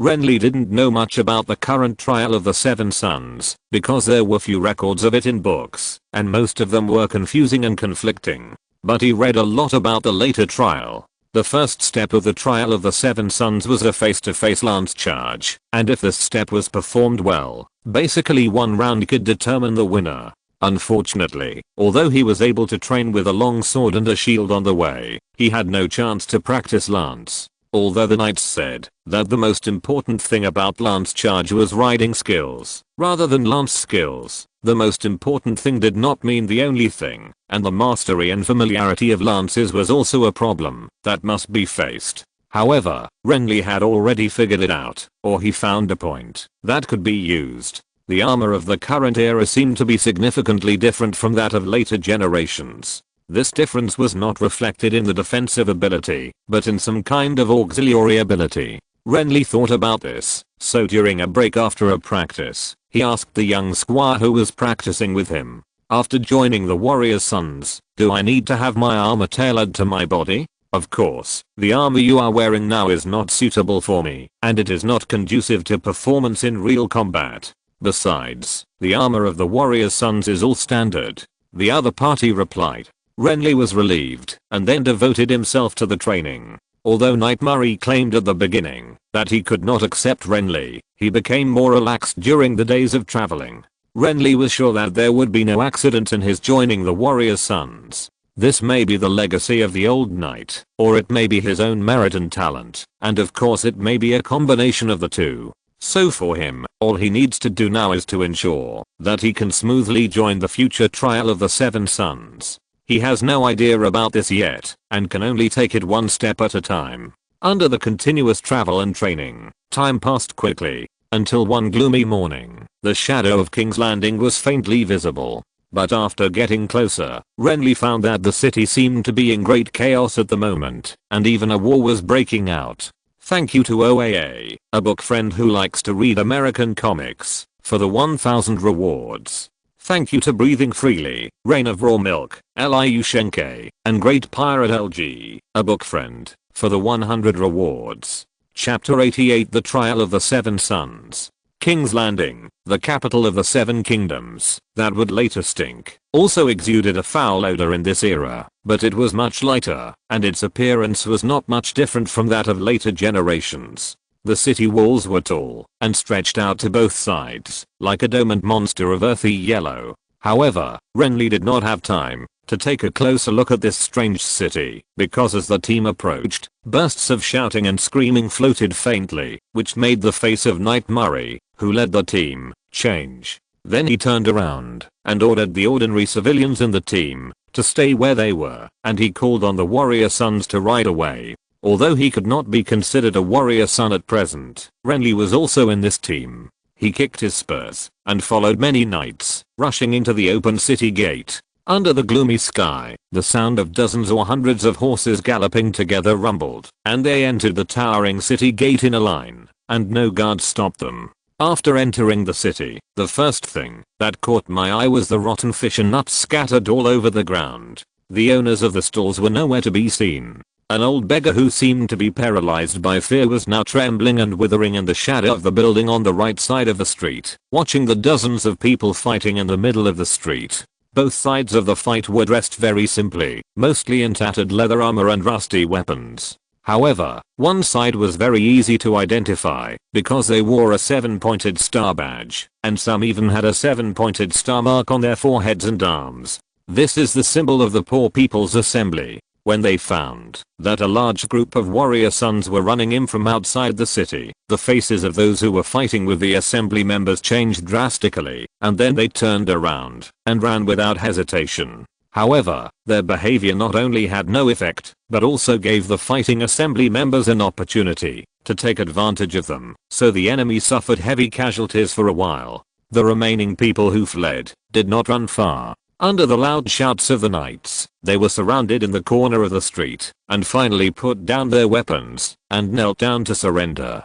Kill them. Sirs, they killed many of our companions. Seeing that victory was certain, an old man with messy hair shouted at the warrior sons. Our enemy is only Targaryen. Knight Murray answered loudly. The other party was indignant when he heard this, but he didn't say anything. Instead, he called more than a dozen companions beside him and turned to run towards other battlefields deep in the street. From this situation, it seems that the city is already full of war. Seeing this, the knights left some people to guard the surrendered, and the rest continued to ride deep into the city. The chaotic King's Landing was crowded with people. The panicked ordinary people hurriedly avoided the fights that took place in the streets and alleys. However, it seemed that the fighting parties did not kill each other, and they ignored the unarmed civilians. The team of warrior sons continued to go deep into the city, resolving one battle after another, but not every battle could be overwhelmingly victorious. As they gradually moved forward along the street, deaths occurred one after another. The enemies of the poor gathering were the current city guards, but they were not limited to them. There were also some well-equipped soldiers. Although these soldiers were not as good as the fully armed knights, they were very troublesome in numbers. The team inevitably began to be dispersed and gradually became unorganized. The situation was too chaotic. Renly, who found himself alone, rode his horse to an alley to hide for a while, but an arrow suddenly pierced the air and shot at him. He had no chance to react. The arrow hit his breastplate with a thud, which made him very glad that he was an iron-can at this time. However, his emotions did not affect his external actions. While posing a defensive posture, he looked up and found that a sloppy-looking archer was squatting on the top of a house diagonally above him, grinning at the clumsy knight below. Seeing this, Renly snorted, then took up the wooden bow hanging on the horse bag and quickly aimed and shot an arrow. His movements were sharp and decisive, and there was no point aiming at close range. The archer who had just dodged after seeing the bow was caught off guard and shot directly in the chest. He screamed and rolled off the roof and fell to the ground with a thud. He was motionless and obviously dead. However, there was not only one enemy here. As soon as the archer was shot, a big man holding a spear suddenly jumped out of the alley with a roar, waving his weapon and stabbing Renly's warhorse. At this time, Renly had just shot the arrow and was a little slow to react to the attack from behind, but the warhorse under him was experienced. It saw its hooves kicking its buttocks and lightly dodging the stabbing spear. Then it neighed and kicked again, with a loud sound of teeth colliding, and kicked the big man directly to the ground, covering his mouth and wailing. At the same time, Renly, who had reacted, turned his waist and stabbed downwards with a spear in his hand, and the man screamed and was stabbed to death by the spear. Unfortunately, the bad luck did not seem to stop, or there were too many enemies around. After the big man died, 3 soldiers in leather armor rushed out of the street outside the alley. One of them aimed at Renly with a bow, and the other 2 approached quickly with shields and long swords. Although he had not figured out what this battle was about, he could not ignore it, since he had been attacked. So seeing this situation, he squeezed the horse's belly, turned around, and then rushed towards the 3 people. The galloping horse was aggressive, and the knight on the horse leaned down and dodged the arrow aimed at him. The 2 soldiers raised their shields to face the rushing knight, but their weapons were obviously not as far as the range of the spear, so as the warhorse rushed past them from the side, one of the soldiers screamed and was stabbed directly in the neck. Before the other one could react, there was a dull sound of flesh colliding from behind. Turning his head, he saw that his archer companion had been knocked to the ground by the impact of the warhorse. Finally, he was stabbed in the mouth by a spear, and blood splashed along with broken tongue and fallen teeth. The life that had not yet completely dissipated made the archer's body twitch. However, this did not mean that Renly had won at this time, because 6 more enemies with spears rushed towards him, which made Renly's face change. He kicked his spurs without hesitation, ready to rely on his tight defense to break out of the encirclement and escape. But at this moment, the rumbling sound of horse hooves suddenly came from a distance, so it was the turn of these surrounding enemies to change their faces. They ignored Renly and turned around to run away. Renly took the opportunity to shoot one of them dead with an arrow, and the others ran into the alley in a panic. The newcomers were a group of strange warrior sons. Renly did not recognize them, but their cloaks revealed their identities. At the same time, he was wearing a rainbow cloak that he had prepared in advance. So before he could do anything, some of the knights who rushed past waved at him to follow. Obviously Renly could not escape now, so he felt helpless and could only ride away. Entering the city, fighting, and fighting again. The series of events was a bit overwhelming until the midday sun enveloped this khaki medieval city, and the melodious bells rang solemnly, and the battle was just declared over. The members of the Poor People's Assembly cheered loudly in various parts of the city, while the soldiers who resisted and the capital garrison were killed or wounded, and a large number of them were captured and killed. It was not until then that Renly, who was covered in blood, saw Knight Murray, who had disappeared since entering the city, and hurried over. "What happened, sir?" he asked, panting. After fighting for a long time, almost non-stop, Renly was exhausted, but still didn't understand what was going on in this city. Knight Murray was now slumped in front of a blacksmith shop in full armor, sweat dripping from his forehead, after taking off his helmet. Hearing this, he said tiredly, "Someone rushed into the Red Castle to assassinate the Monster King last night, but failed, and the soldiers in the city counterattacked. Upon hearing this, Renly was stunned and then suddenly said, "Sir, can I leave first? My uncle lives in Flower Street. I originally came to King's Landing to seek refuge with him. I'm afraid he's in danger now." Knight Murray, who had already learned about his life and origins along the way, frowned when he heard this. "You don't plan to join the warrior sons?" "Of course I will, but I want to make sure he's safe before that. After all, he's my only relative, sir. I'll find you in the church after we're done. There's chaos in the city right now. You'd better hurry." The other party nodded when he heard it. The Shrine of Remembrance on Renys Hill is easy to find. If you can't find it, just ask anyone, and they'll know it. Obviously he didn't refuse, so Renly thanked him and rode away from the street, looking a little anxious. Sir Murray was quite satisfied when he saw this, thinking that it was a virtue for this big bastard to not forget his relatives even after getting rich. But he obviously didn't realize that the direction the blonde big man was heading to was not Flower Street, but King's Landing Port. According to historical records, after the assassination at the Poor People's Assembly, King Inez was so scared that he fled back to Dragonstone. Now Renly was going to the port to try his luck. Maybe he could run into him. If you're listening to this novel on a channel other than Fanfic World, it means they downloaded and uploaded it without effort. We cordially invite you to visit our channel, Mundo Fanfic Novelos. There you'll find the original version of this story and you can explore many other novels of various genres. We're waiting for you to immerse yourself in a world of incredible novels. Chapter 89, The Trial of the Seven Sons. Although he ran towards the port of King's Landing with some ill intentions, Renly heard a dragon roar before he reached the port. This sound caused a lot of discussion around him, thinking that the king in the Red Castle was going to use a dragon to deal with them. However, another roar from afar made people a little confused. Renly had a vague guess about this, and when he rushed to the port area, he saw only a damp dock with various goods and rotten fish piled on the ground, and members of the Poor People's Assembly who were noisy on the dock. After asking around, he heard that a number of royal ships had slowly sailed away, accompanied by a silver dragon. It seems to be that monster king. We didn't see him, but we saw his king's good and dragons. The member of the assembly he asked claimed, and then saw the rainbow cloak behind Renly and asked curiously, "Sir, are you the new warrior son? Why is your armor different from others?" Renly nodded perfunctorily in response, then looked at the dimly visible ships in the vast ocean under the sun, and curled his lips secretly. Speaking of it, King Inez is the son of Renys, but it seems that he didn't even inherit the latter's courage.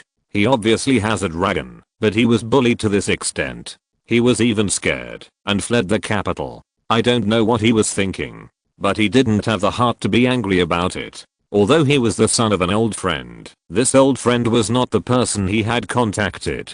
Even if the person in this world didn't die in Dawn, it is estimated that he would not know him. Thinking of this, Renly shook his head, then turned his horse and rushed back to the city. Although he had wasted some time on this trip, he was not disappointed. Even if he could catch up, he would not be able to gain any advantage. He just happened to find out the news. The sound of horse hooves hitting the ground made a series of crisp sounds. The blonde knight walked back along the route he had come. He saw that the chaotic city around him had gradually calmed down. He could also see some civilians sticking their heads out of their windows to watch. The brave ones walked out of their houses and began to ask others about the specific situation. Renly ignored all this and prepared to report directly to Renys Hill. However, just as he passed a road with 2 rows of camphor trees, he suddenly heard a faint argument.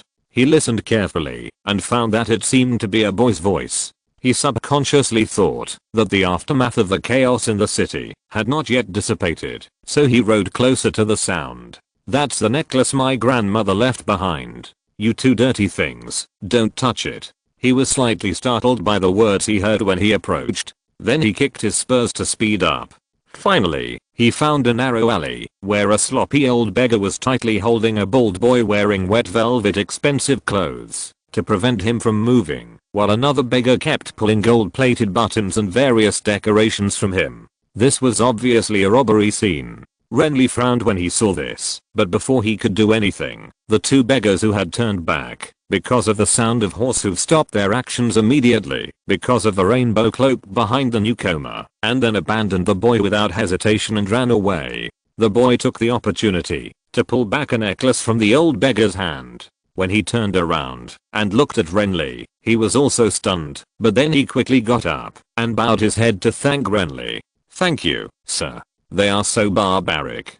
Thank you for saving me." The voice sounded a little nervous and seemed to be very shy. However, the words Renly heard before did not seem so well behaved, and the necklace in the other party's hand also made him feel a little familiar, so he asked suspiciously, "Did you fall into the water?" "I accidentally slipped on the dock before, sir." The wet boy lowered his head and answered, "Accidentally? Where are your family?" "Near here, sir." The boy replied, "I ran out secretly and wanted to see what happened outside, but they robbed me. Thanks to you, sir. Otherwise I might not survive today." "Near here?" Renly heard the words, "I will take you, and you show me the way."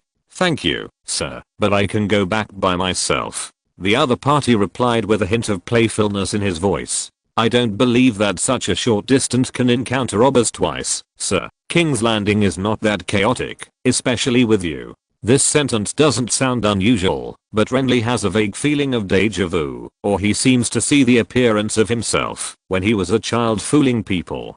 So he stared at the other party with interest and didn't say anything until the boy couldn't help but glanced up at him. Renly then spoke, "Raise your head so I can see." "Why do you always keep your head down?" "I have mild albinism, sir, and I'm afraid of sunlight." "There's no sunlight in the alley." Renly on horseback tightened the reins as he spoke, and the warhorse snorted as it kicked in place, so his voice seemed very intimidating. "Raise your head, or I'll help you." This made the other party silent for a moment, and then slowly raised his head, revealing a beautiful face. For a child, this face is very cute, with deep blue eyes, a smooth forehead and two dimples, looking like a little girl. But Renly can be sure that he is a boy, and a very interesting boy. Looking at this face, that seems vaguely familiar, and taking a closer look at the color of the other party's eyes, he was quite speechless. "You don't look like you have albinism. It's just a mild symptom, sir, not very obvious," the boy said hesitantly. His eyes were a little evasive, and his hands hanging on both sides unconsciously wrapped around the corners of his clothes, looking very nervous. Renly thought that he should be nervous, not to mention that he was such a big kid. In this situation, he would be nervous too. "Your father has fled. Why didn't you follow him?" he asked excitedly, dismounting and approaching. Seeing this, the boy couldn't help but step back. "I don't understand what you are saying, sir." "Let me guess." Renly ignored him, approached and lifted his chin, looked at him for a few times, and said, "You look like you don't seem to be the same age as Aegon and Viserys. So you are Jaehaerys? Jaehaerys Targaryen, the youngest son of King Aenys?" Although he was guessing, his words were very certain. It is difficult to identify others, but it is easy to identify people from the Targaryen family. You can tell by their hair color and eye color, not to mention that this face and the necklace in the boy's hand look familiar to him. Renly's words made the boy tremble all over, and then stared at him in astonishment, with his mouth open and speechless, looking very shocked. "Your father has fled. Why didn't you follow him?" Renly asked a question he had asked before. "Because this involves why the little prince is here." Jaehaerys Targaryen, also known as Jaehaerys Targaryen I, is the fourth king of the Targaryen family to sit on the Iron Throne after King Mika.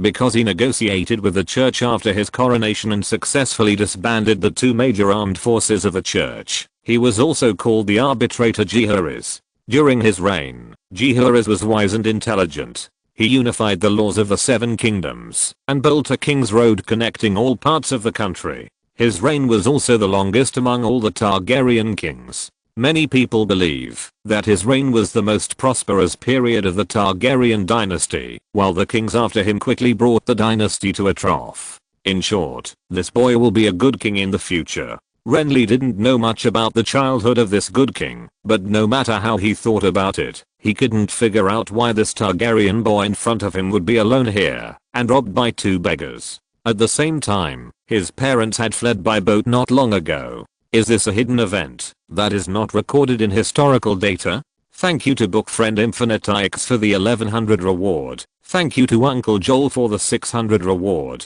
Thank you to bookfriend Zianatang 246. Bookfriend I'm Neon. Bookfriend water is also called wet and bookfriend 201908140342257990 for the 100 reward. Chapter 90 The Trial of the Seven Sons. Obviously, no matter how wise and intelligent he may be in the future, he is still just a child who looks about 7 or 8 years old. Even though he is more mature than ordinary children, he cannot have the thinking and disguise ability of an adult like Renly. So facing Renly's affirmative question, he gave up resistance after a short while. I think my father's decision is wrong, so I'll let Bean pretend to sleep like me, and then I jumped off the boat. I think that in this way, my father will no longer think about returning to Dragonstone. He looked indignant when he spoke, as if he was annoyed by his father's weakness. It's a pity that your plan didn't succeed, because he's gone. Renly replied, and he didn't bother to ask who the Bean he was talking about was. Impossible, he will come to find me. He can't just leave like that. The boy said without hesitation. Even if he won't come to find me, my mother will come to find me, as long as they find out it was Bean and not me. The fact is, the port has been occupied by us, and your ship has long disappeared. You are lying. I don't believe it. The little guy stared at him suspiciously, then turned and ran without any warning. But Renly just raised his arm and grabbed the back of his collar, and then ignored the other's struggle and kicking, and said with a smile, "Believe it or not, Kit, anyway, I didn't see any of the king's people in the port, and I clearly saw that your ship had gone far away. Only the White Walkers would believe what you said. You just want to catch the high sept and I hand it over to you. Don't think I can't guess it. If I really had such an intention, why would I find an excuse?" Renly said, "Why not just take you away? Like this?" As he spoke, he shook his wrist, and the man swayed in the air, appearing to have no resistance. This also made the little guy react quickly, and then he looked confused. Did they really run away? No. Do you believe it? Renly replied. I thought he would burst into tears or something after hearing this, but I saw only a thoughtful little face. Could it be that they didn't notice that I had escaped? Dowsy is the same height as me, and it's hard to see him hiding under the quilt. He murmured thoughtfully, "Yes, that's right. It must be like this. My brother is sick, and the servants are busy taking care of him. They may really not have noticed that I was missing." At the end of his words, his whole face became depressed, but then the child cheered up, turned his head to look at Renly, and said seriously, "But they will definitely come back to find me. They will bring dragon flames." Renly was indifferent to this, but shook his wrist again, and the little guy's face drooped again. Renly laughed at this. Just walking on the street and picking up a little prince, he felt extremely lucky. Before, he was still thinking about how to smoothly get the wool from the powerful Targaryen family, and now the hostage was in hand. But even though he thought so, Renly still had doubts in his heart. His son was left in King's Landing, and King Enos was indifferent. Logically speaking, he couldn't be so ruthless, right? The history books recorded that, although the other party was indecisive, he was also very caring for his children. How was this incident resolved in the original history? Or, did this really happen? Thinking about it, another idea flashed through his mind inexplicably, so Renly suddenly asked, "Your grandmother is Rhaenys Targaryen, right? Everyone knows about this." The boy replied. "When did she die?" "She's not dead yet," the boy said angrily. "You are still a knight, can you speak?" "Not dead." Renly was stunned, and the hand holding the boy's collar tightened unconsciously. "Then where is she?" "I don't know." "How could you not know? My grandmother has been missing for many years. She disappeared before I was born," the boy answered. "Didn't she die in Dawn?" "My father said that my grandmother almost died in Dawn," the boy said, "but a Dornishman saved him." After saying that, he looked puzzled. "I have never figured out why the Dornishman saved my grandmother. When I asked my grandfather when I was a child, he didn't answer." "You haven't seen that Dornishman?" "That was many years ago." The boy looked at Renly with an idiotic expression. "My father was not as old as I'm now at that time. Renly ignored the expression of this man, but asked seriously, I mean, what happened to that Dornishman later? I don't know, I have never seen him. Maybe he disappeared too? The boy said, and saw the big blonde man with a thoughtful look on his face, and couldn't help but feel quite strange. Although he was still young, he felt that the knight in front of him seemed to have no hostility towards him, unlike those church people outside who called their family monsters. So he gradually relaxed a lot, but relaxation did not mean no vigilance. He was always careful to answer the other person's questions, and instinctively tried to get closer to him, in order to gain a better impression. But generally speaking, there seemed to be nothing to be vigilant about this person's questions, so he was just telling the truth now. But why did the big blonde man in front of him look a little strange? The boy couldn't understand this question for a while, and he didn't have time to think about it, because the blonde knight in front of him thought for a while, and then looked up at him again. Do you know anyone else in King's Landing? I only know people from my family, Grand Maester Gavin, and our King's Good. The boy replied, thinking that the man wanted to let him go, so he suggested, you can send me back to the Red Keep. My father left some people in the Red Keep. Renly did not comment, and asked again, what about the people in the church in the city? Have you seen yours? This made the smart little guy react vaguely, so he said carefully, I only know Brother Mermison, but he was chopped into pieces by some lunatics in your church a while ago. It was just because he presided over the wedding of my brother and sister. That's good. Renly was relieved, and then suddenly pulled the boy to stand up. From now on, your name is Egg, he said. Egg? The boy was stunned when he heard it. Why should I call myself that? Because you have a predecessor with this name, and he is also bald. Renly replied. This made the smart little guy think about it. So you're not going to hand me over? My name is Lemon, and my uncle is Pate. He opened a bakery on Flower Street. He was very rich, and he secretly kept a purple-eyed prostitute from Reese as his mistress. But he suffered because of the war. He was seriously injured and dying, leaving behind only you, an illegitimate son, who met me when I came to visit him. Renly ignored his question, and said to himself, it's likely that no one will care about you, but if you can't fool people with this identity, I'll say that I was deceived by my dead uncle, and don't know your true identity, so you'd better pretend to be decent. If you can fool people with this identity, then you are my new servant. There was a real person named Pate who opened a bakery, and he had indeed died in the melee in King's Landing not long ago, so Renly gave some instructions about his appearance. What do you want? The boy understood the other person's words, so he hurriedly said, we can discuss it. I will cooperate with you to blackmail my father. We don't need to go to your sept, it's too dangerous. You can't give me what I want. Renly said as he carried him, and turned towards the horse, looking like he was carrying a chicken. This made the boy a little embarrassed and annoyed, and he couldn't help but blurt out the words that he had been holding in his heart for a long time. You are not a pious knight, nor a polite knight, but I'm a good knight to you. Chapter 91 The Trial of the Seven Sons. On the way back with the child, Renly found a tailor shop to change his brown linen shirt and trousers to a slightly larger size. The boots he wore were also changed to the ones used by ordinary rich children, not the ones that were particularly expensive. But there was still a loophole. The boy had dark blue and purple eyes. At first glance, it was nothing, but it was very obvious when you looked closely. However, Renly had already paved the way for this. Among the people in Westeros, purple eyes are very rare.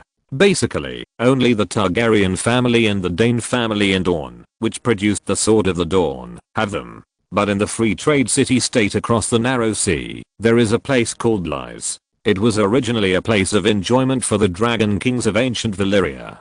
There are many people with Valyrian blood, and blue and purple eyes are very common. So Renly arranged for him to be the illegitimate son of the bakery owner and a Lies prostitute mistress. Renly thought that this was basically enough, because it was impossible for anyone to interrogate him carefully, and even if they did, they would not investigate deeply. Normal people obviously would not believe that the king had run away, and his less than 10-year-old son was still here. Are you afraid that my father will come back and burn you to death with dragon flames? After dressing up, the boy on the horse in front of him tilted his head and asked, so you are holding me tightly? Maybe I think so. Renly replied. I'm also considering exchanging you for a dragon egg.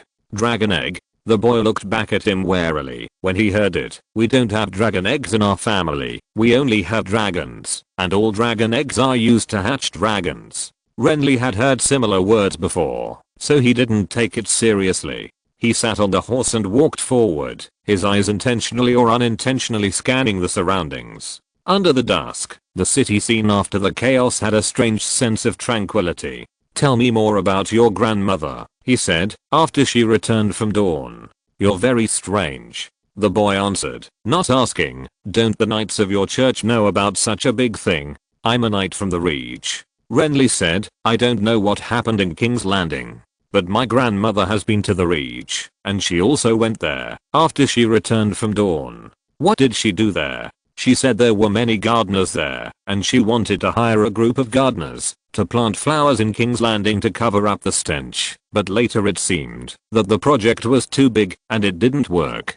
"Do you know everything she said?" "Of course I know, but I didn't hear it from my grandmother. My father told me." "So what happened?" "It depends on what you want to know. For example, why did she disappear?" "Even my father doesn't know about this." "How can I know?" "You should ask something else." Obviously this little thing knew a lot. Renly began to ask carefully. Then he learned what kind of deviation this world had from the original history. For example, Dawn and the Targaryen dynasty signed an armistice agreement in advance, and for various reasons, the rule of the Prince of Dawn in Dawn seems to be unstable so far, which has reduced a lot of trouble for the Targaryens. For example, a rebellion broke out in the north, but it was suppressed by the dragon, and in the far north, there seemed to be some special things happening on the other side of the wall. For example, Bravos, one of the free trade cities, has had close relations with the Targaryen dynasty in recent years. The ruler of Bravos, the Sea King, visited King's Landing during the reign of the Conqueror, and the Conqueror Aegon also rode a dragon to Bravos. And for a period of time before Queen Rhaenys disappeared, she did a lot of matchmaking, which led to many marriages. All these situations seem to have no effect on Renly now, but considering these things, or the chain reaction caused by the fact that this person who was already dead did not die, he had to pay attention to it. Will the history of this world still match what happened in the history books? Will the weak King Aenys die of illness again? Will his brother Meager still be able to inherit the throne? Will the trial of the Seven Sons still happen? In addition, what Renly cares about more is why the timeline of the Iron Islands, where he was the first time, was changed, and there was no feedback, but the last time was connected to this time. What is going on? Countless questions made him feel confused, because this involved not only the current copy. If history can really be rewritten, then why is reality not affected by it? Is it because of different dimensions, different worlds, or other reasons? Will future copies also follow the history they know? All kinds of thoughts that emerged one after another along the way made him seem a little absent-minded, but when he approached the Rhaenys Hill, he adjusted his mentality and prepared to take this little guy through. At this time, King's Landing was not as crowded as it looked in later generations, and the buildings were arranged relatively neatly. Below the Rhaenys Hill was a rather dry street. As far as the eye could see, the yellow brick houses on both sides of the street were basically inhabited by members of the Poor People's Assembly, and occasionally a few strong warrior sons could be seen. There was an open tavern on the side of the road. In front of the tavern, there was a warrior son with messy black hair leaning against the wall. He shouted at Renly when he passed by. The general meaning was that your breastplate was worn incorrectly, and your cloak was not worn properly, which made Renly confused. He then stopped and chatted with him for a few words, but the drunkard seemed to be so drunk that he didn't know who he was, so he had to give up. As he kept moving forward, a kind old man told him how to find Knight Murray. Of course, this was Renly's initiative to ask, but he found that the knight seemed to have a great reputation here, and his status was not simple. However, these did not matter to him for the time being. At present, if he wanted to find the knight, he still had to go to the temple. Renly did not immediately take the child with him, but opened a room in a nearby inn and settled him down first. Then he followed this road towards the raised hill in front. Rhaenys Hill is no different from later generations, except that what stands on the square at the top is not a dragon's lair, but a square and magnificent cathedral. The church is called the Cathedral of Thought. It was originally a cathedral built by Aegon the Conqueror to commemorate the dead Queen Rhaenys. Now it has become a gathering place for the warrior sons to resist the Targaryen dynasty. Before Renly came, he had already thought about why this cathedral still existed, since the little queen was not dead.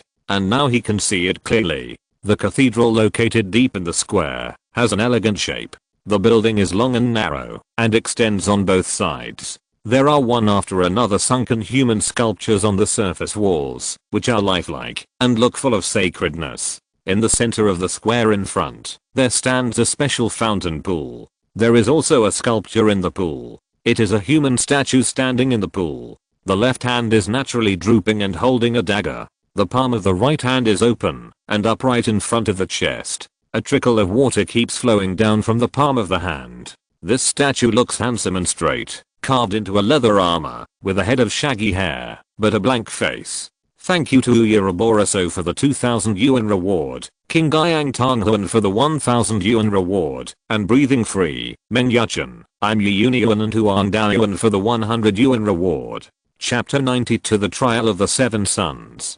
Captain Nancy Tarbeck is not in the temple at the moment, so your initiation ceremony can only be carried out after he returns. Knight Murray obviously did not expect Renly to come back so quickly, and even solved the family related issues on the same day. When Renly came to the door, he had just finished praying in the side hall of the church, and was sitting on a bench in the magnificent hall chatting with others. The captain of the warrior sons, Nancy Tarbeck, he mentioned, was a strange name, and this made Renly more aware of the extent of the changes in this world. The captain of the warrior sons at this time in history was called Daemon Morrigan, not Nancy Tarbeck. However, when he realized that his past actions had affected the progress of this world, he was mentally prepared for such things. You look a little off? Knight Murray asked, after glancing at the slightly silent Renly. Did something happen? My uncle died, Renly replied in a low voice. The other party was stunned when he heard this, then stood up and patted him on the shoulder without saying anything. The atmosphere was a little heavy for a while. Seeing this, a middle-aged knight who had been chatting with Knight Murray before changed the subject appropriately. Good sir, your name is Lemon? He asked. Renly nodded and looked at the handsome middle-aged man with slightly curly black hair. The other party was also looking at him with his head tilted. I have seen you, he claimed. This morning, you killed the enemy with us. This is the first time I have seen a knight using a bow. I believe that many colleagues have seen it for the first time. He spoke with a smile, as if he wanted to break the dull atmosphere, or perhaps thought it was something very interesting. But in fact, the knight class did not look down on the use of bows.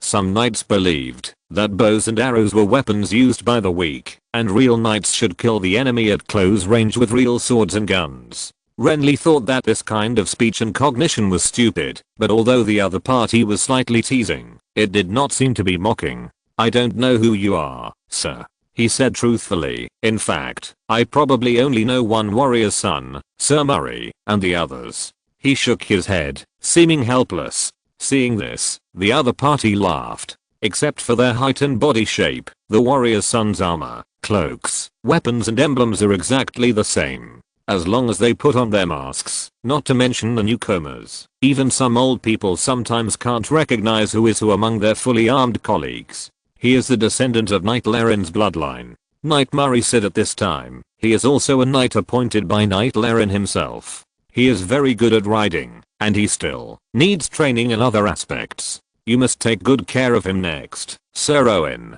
May our respected Sir Laren rest in peace. The warrior's son called Owen prayed solemnly, and then smiled. I will train you well, Sir Lemon. You must be prepared. But I think I also need to learn from you deceiving an army, capturing the leading villain, and forcing the enemy to withdraw. This sounds really pleasant.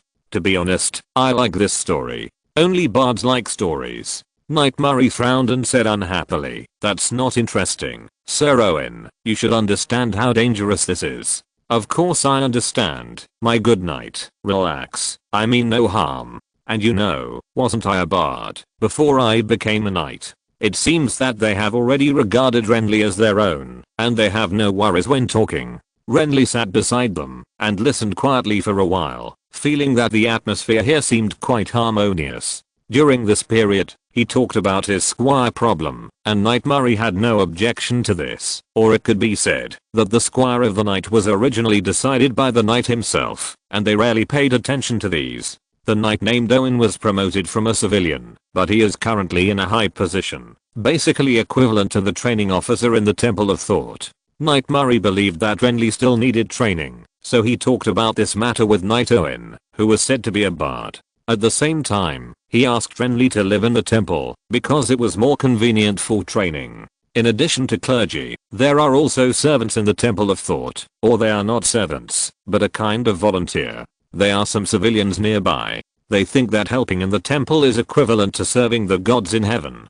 Naturally, these people are very pious. After meeting with Knight Murray, a servant led Renly to the rear area of the main building of the temple, where there was a group of low square buildings, which were lined up one after another. It was a residential area at the top of the hill. In fact, the area of this residential area was not large. Renly thought that the housing here should be very tight, but after walking in, he found that it seemed very deserted. The servant claimed that only some elderly monks and nuns lived here usually, and most clergy lived at the bottom of the hill, because there was actually only a few steps up and down the hill. The houses in the residential area of the temple were rarely inhabited, but they were clean and dry, with little furniture. It was a square yellow brick room with 2 hard beds and a narrow window. There was no moisture, which was enough to meet basic accommodation needs. After putting down some of the gifts on his body, Renly immediately rushed to the bottom of the hill and took over the squire ago.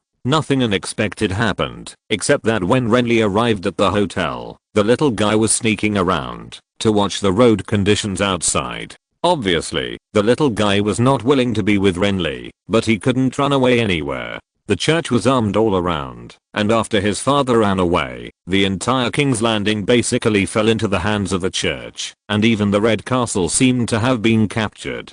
In this case, even if we don't consider the chaos of the war that just ended, there is no place in the city that can be called friendly to him. In contrast, it is safer to be in the temple area. If my grandmother knew that this church has now become the enemy's lair, she would definitely not want to repair it here. After being taken into the large open plan house, the bold boy said rather cowardly, "How can you take the initiative to build a lair for the enemy? If there is no this one, there will be that one." Renly glanced at him and said, "The root of the problem has never been the church." The boy didn't say anything, but turned his head to look at the current living situation. He seemed quite dissatisfied on his little face, but he didn't complain. That night, Renly was confused and felt that he didn't sleep well. The next day, he saw that the little guy was still sleeping in the hard bed in the corner. He shook his head helplessly, then put on the coarse cloth provided by the church and went to find Knight Murray. Then he found that the leader of the warrior's sons was the black-haired drunkard he met at the foot of the hill yesterday. This surprised Renly, but the other party obviously didn't recognize him. After praying for a while under the statue of one of the 7 gods in the towering church hall, the leader named Nancy Tarbeck solemnly held a ceremony for Renly to join the group, and finally smiled and said, "Welcome, Sir Lemon. The Knights of the Warrior's Sons are honored by you." Renly bowed to show his humility, and the matter of him joining the Warrior's Sons was settled. This means that he has basically completed half of the 3 things. But Renly didn't relax, because the remaining half is the key. Chapter 93, The Trial of the 7 Sons. You should aim at the most critical moment, Lemon, instead of exposing the place you want to attack too early, so that the enemy will be prepared.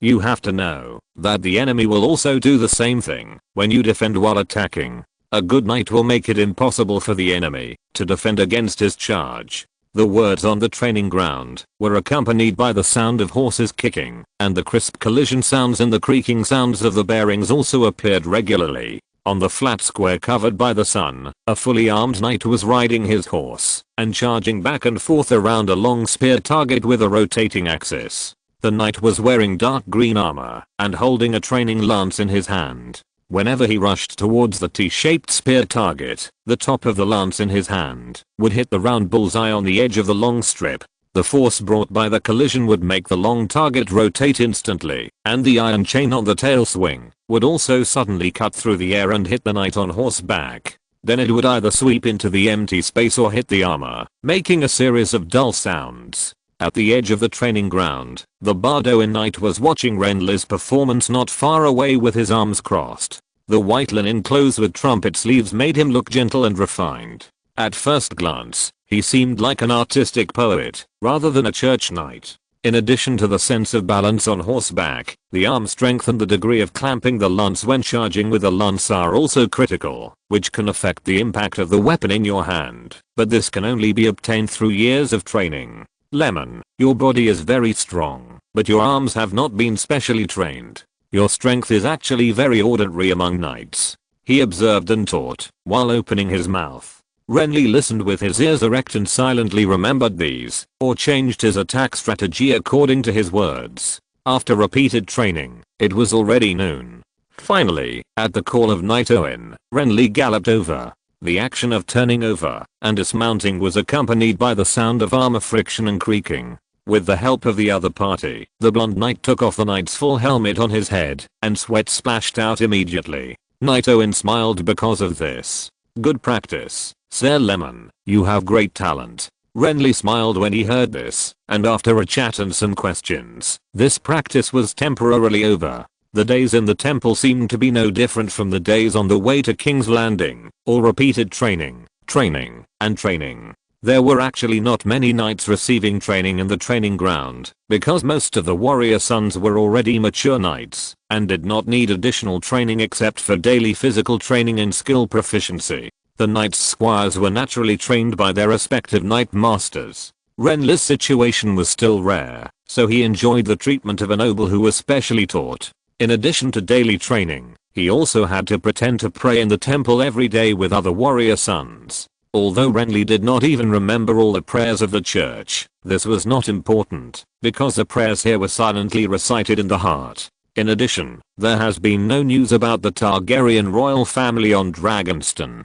King Aenys, who lost his son, does not seem to plan to return to find his son, or he has already taken some action, but he is not known to others. After all, King's Landing is now occupied by the church. In short, half a month passed peacefully, and it seemed that nothing happened. In the morning, he practiced lance, and in the afternoon, he practiced melee weapons and shield mastery. In terms of sword and shield, the people who practiced with him were no longer squires, but real knights. They were two very powerful twin knights. At this time, there were hundreds of warrior sons gathered in King's Landing, among which there were many excellent knights, but Renly believed that the two who practiced with him were among the top ones. Every time they attacked and defended, it seemed that they fought back and forth with Renly, but in fact, as long as the opponent had a little more thought, Renly would be defeated instantly without any reaction time. A good swordsman should learn to try to predict the enemy's attack. Walking lightly around the big blonde man, a handsome young man with short brown hair stared at Renly, but his mouth kept talking.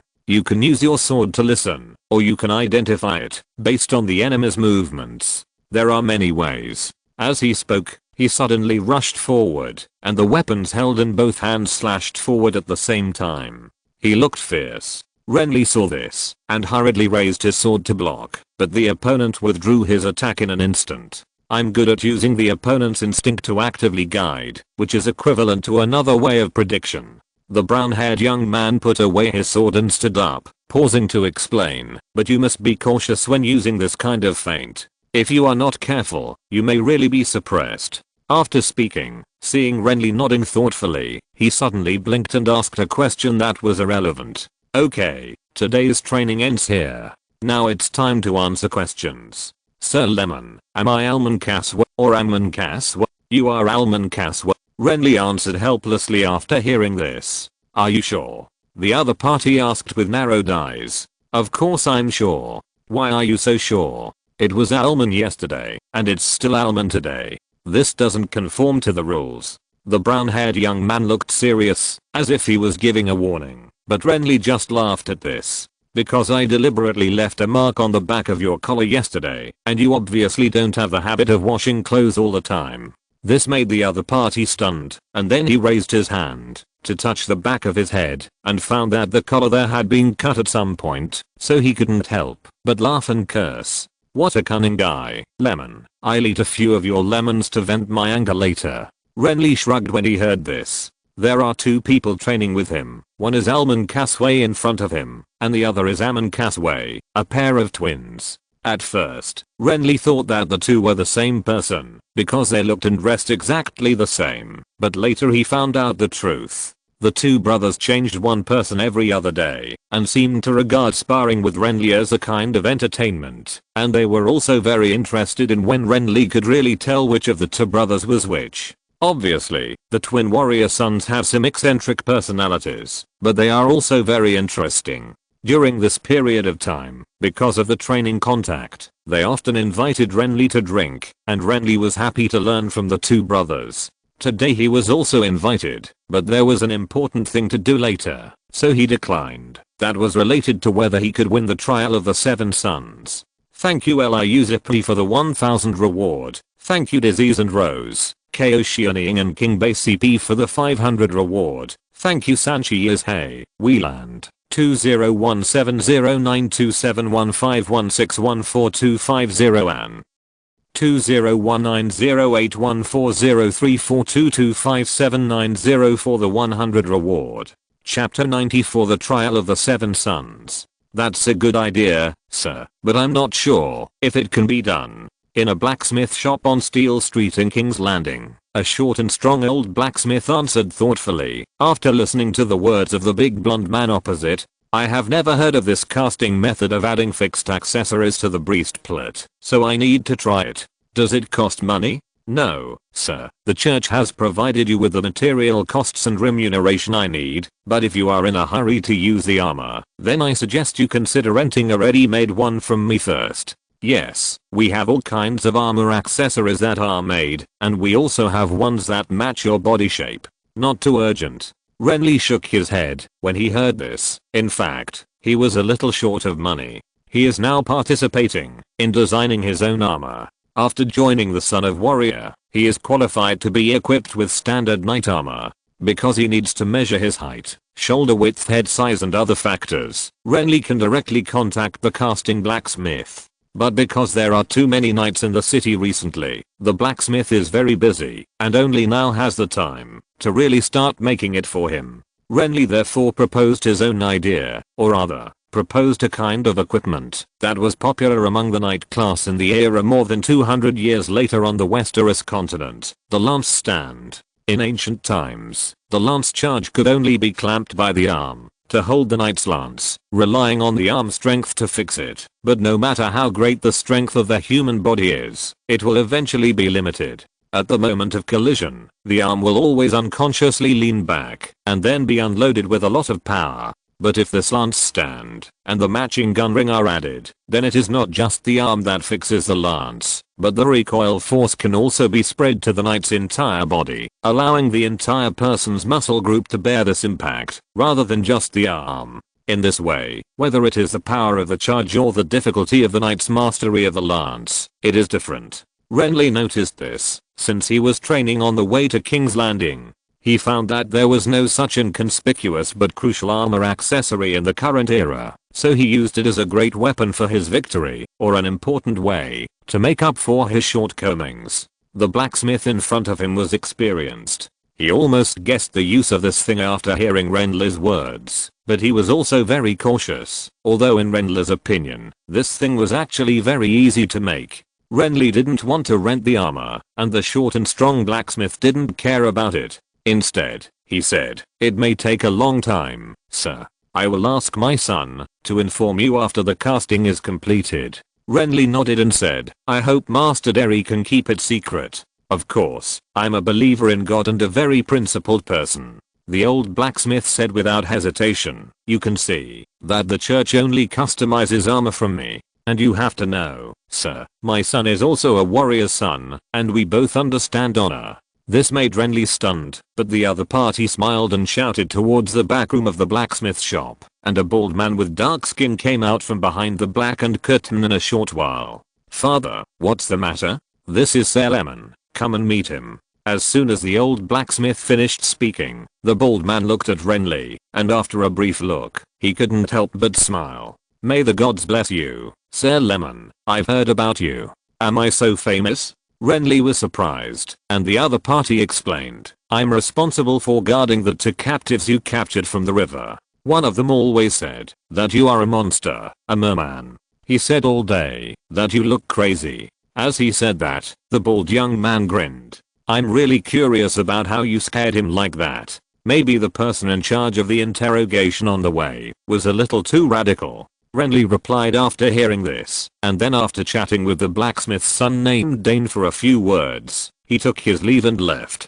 Armor modification can make up for his shortcomings, and daily training can also allow him to grow continuously, but he has no idea about how to join the trial team. Of course, there is a premise for this, that is, the trial will still happen. Renly is not sure about this, but it is always right to make corresponding preparations in advance. Thinking about this question all the way, Renly soon returned to the temple residential area at the top of Rena's Hill. However, when he returned to the house, he found that his little servant had disappeared. This made Renly stunned for a moment, then he turned around and left the house and walked into the house alley outside. He originally planned to ask if anyone nearby had seen the child, but soon after he went out, he suddenly heard some familiar movements in another direction. Renly stepped forward. The buildings in the temple residential area were arranged very densely, and the alleys between the houses were small and a bit complicated.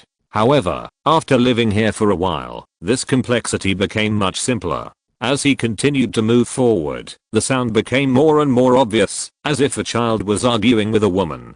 This made him speed up his pace, and at the same time he was really puzzled. His little servant was usually very well behaved and sensible. He knew that he couldn't run away if he wanted to, so there was no need for him to never leave the house. Even when he went out, he was always shy and timid when he met someone, and he rarely spoke. Why did he sound like he was arguing with someone now? Feeling strange, the blonde knight finally turned a corner, and the words of the argument were completely unobstructed and became very clear. But at this moment, a figure suddenly bumped into him, groaned, and then fell to the ground with a plop. Renly looked down and saw a nun in a white robe with messy black hair. "Are you okay?" he asked, and the other party happened to look up at this time, so Renly saw a pair of very special eyes. It was a pair of eyes with molten golden irises hidden under the messy black hair, bright and full of vigilance. This unique color made Renly's expression slightly startled, but the other party quickly got up and ran away, leaving him no chance to observe more, and Renly felt a little regretful.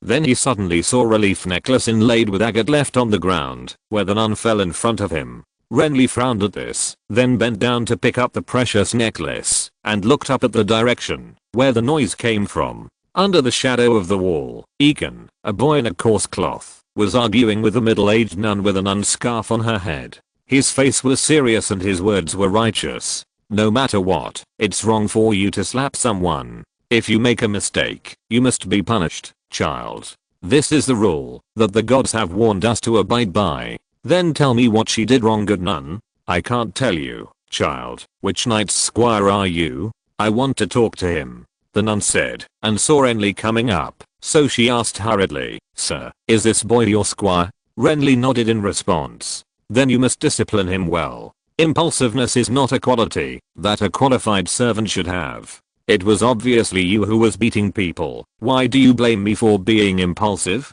the boy asked in astonishment. "You bully others, so I'm not impulsive when I come to watch the fun." "She is a sinner, child. If you don't understand, you can ask your master." "Do you always find such excuses when you bully people?" The bold boy hugged his shoulders and pouted. "Before beating her, you first say that she is a sinner, and then you have a reason to beat her? Well, how can you say that she is a sinner? I asked you many times, but you didn't say it. Now my master is here, you should tell me, right?" "I can't tell your master about this matter." The middle-aged nun's face turned a little red, revealing a touch of embarrassment and helplessness. Renly was a little curious when he saw this, but he didn't mean to ask further questions. Instead, he patted the boy's shoulder and handed the necklace in his hand to him. Looking at the necklace, the bald boy's expression suddenly became very surprised. "My necklace?" he asked while reaching out to touch the opening of his pocket, but he touched nothing. I had it in my pocket. How did it end up in your hands? You'll have to ask that innocent sinner you mentioned, Renly said, patting his forehead. The boy was stunned when he heard that. Then he looked around, but he didn't see the black-haired nun who was here before. He understood it instantly, but he didn't get angry or ashamed, but rather a little confused. I helped her out. Why did she steal my necklace? Chapter 95 The Trial of the Seven Sons. Although he felt very confused at the time, the Squire Egg, who had recovered, was very indignant about being tricked. Although he did not say anything on the spot, he seemed to get angrier and angrier after he went back. So the next day he started to run out to inquire about the situation, vowing to find the young scepter and question her on the spot. Obviously, the peaceful days during this period of time made the little prince of the Targaryen family relax a lot. Renly did not comment on this. Although this would increase the risk of exposure, it was also very strange to lock his own squire in the room all day. After weighing the pros and cons, he felt that the little guy had a plan in his mind, so he did not stop it. Moreover, he was busy with training on weekdays, panting with exhaustion every day, and he really didn't have much interest in these trivial matters. Egg's efficiency was not low. After Renly returned to the house, after training the next day, the little guy began to nag and answer questions without asking. Her name is Rhea.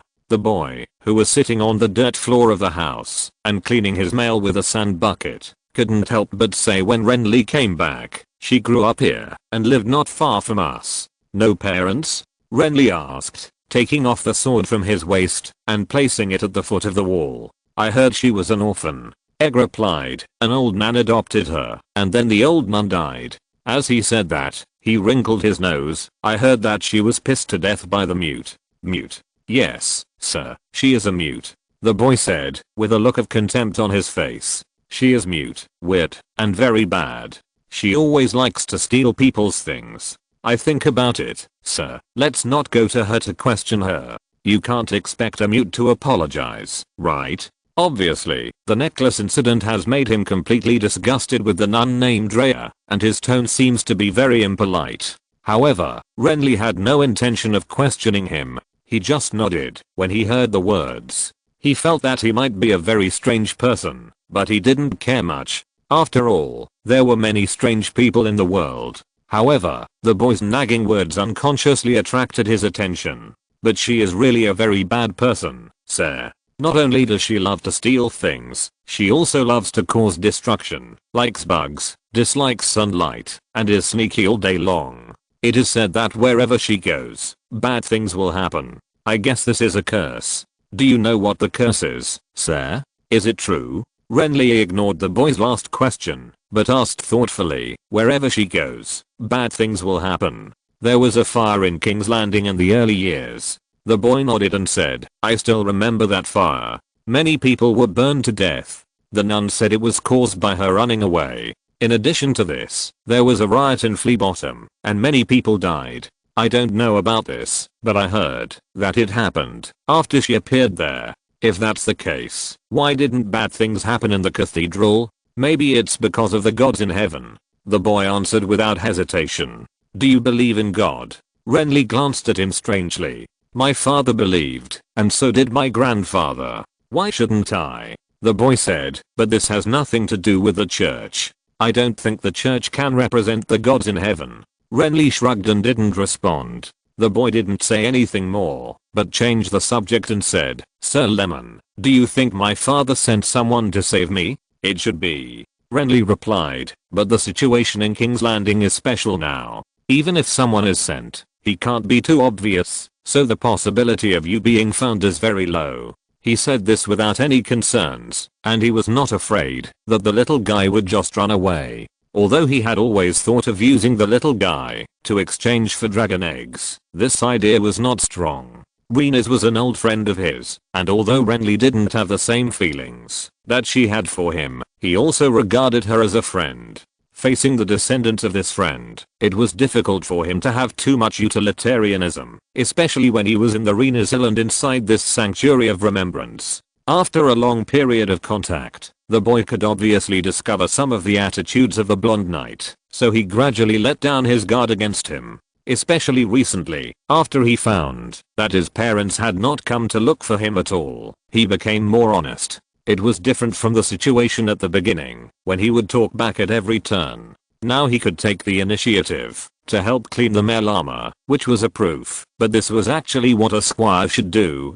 Can't we take the initiative to look for them? After listening to Renly's words, the boy asked hopefully, then where do you think we should look? Who should we look for? The boy was speechless, and then said unwillingly, why didn't my father come to save me in person? Riding a dragon, even if the whole King's Landing is full of church people, what can it do? Renly shook his head. He couldn't understand this matter either. It stands to reason that no matter how weak they are, as parents, they can't be indifferent to their missing son, but that person just didn't have the slightest reaction. In the original history, a scholar analyzed that the reason why King Enos never rode a dragon to deter the enemy was because his mother's death in Dawn left him with the shadow of riding a dragon. But in this changed era, it is a little incomprehensible that he is still so weak. This issue was not discussed for long. Renly, exhausted physically and mentally, fell asleep on the wooden bed, while the little squire silently washed the male armor with a sand bucket. His tense face showed that he was not in a good mood. The next day was another normal training, but Renly ended the afternoon training early because he needed to confirm something. After returning to his residence, Renly took off his armor with the help of the bald squire, changed into normal light clothes and went out. Renly's hill, shrouded in sunlight, seemed like a world of high mountains. When you were in it, you could faintly hear some subtle noises from the surrounding urban areas, the shouts of knights, the restlessness of horses, the prayers of believers, and various other trivial sounds. The current King's Landing has been occupied by the church, and even the royal red castle has not been spared. The warrior sons in the city seem to be very leisurely every day, but there seems to be an undercurrent among the church's top leaders regarding strengthening the defense of King's Landing, the royalists in the city, how to fight against the Targaryen dynasty, and the dishonest lords on the continent. There are many things that are unique to this era, but Renly basically doesn't pay much attention to them. Now, apart from the future judgment, he only considers the nun he found yesterday. 3 things. The first one has been completed, and the second one is in progress. Egg's words made him think of the last task, which is also the most inexplicable one. To guide the son of chaos to the right path. The name alone makes him feel very inexplicable, let alone any clues. Renly has never had a clue about this. He has a few suspects in his mind, but he is not sure. When he saw the nun yesterday, or heard some things about her, he suddenly became interested. Son of Chaos? It sounds like this is the name of a boy or a man, but it is not incomprehensible if it is a girl. Especially this girl seems to be quite special. Not only does she have a pair of eyes that are rare in the world, but her past also seems to be related to chaos. However, Renly, who had suffered from gossip before, did not believe it completely. He planned to inquire about it himself and observe it with his own eyes. The result of the inquiry was very pleasing. Everything the boy said was heard by many old people, and it seemed that none of them were lying. In order to confirm this, Renly even went to the place where the fire and riot occurred to understand the situation. He then began to observe the target secretly for several days. This was not an easy task for Renly, because he was too big and conspicuous in the nun's living area. But it was not too difficult, because he had a keen ear, and the dagger-related skills gave him a certain understanding of stealth.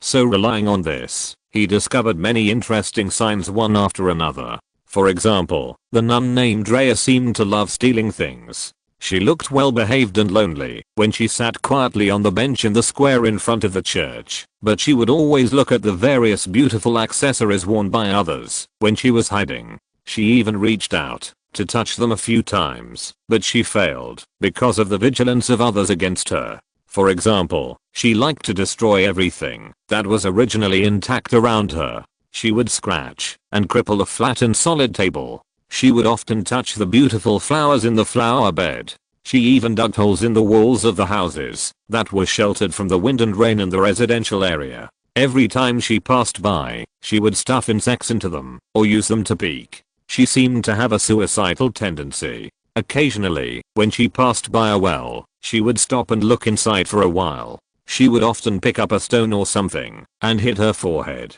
However, she seemed to be afraid of pain, and her tendency never became a reality. She also liked to spit in other people's food when no one was paying attention. As a result, she was punished after being discovered. However, she seemed to be unrepentant. After being punished, she would still try to spit in other people's food when no one was paying attention.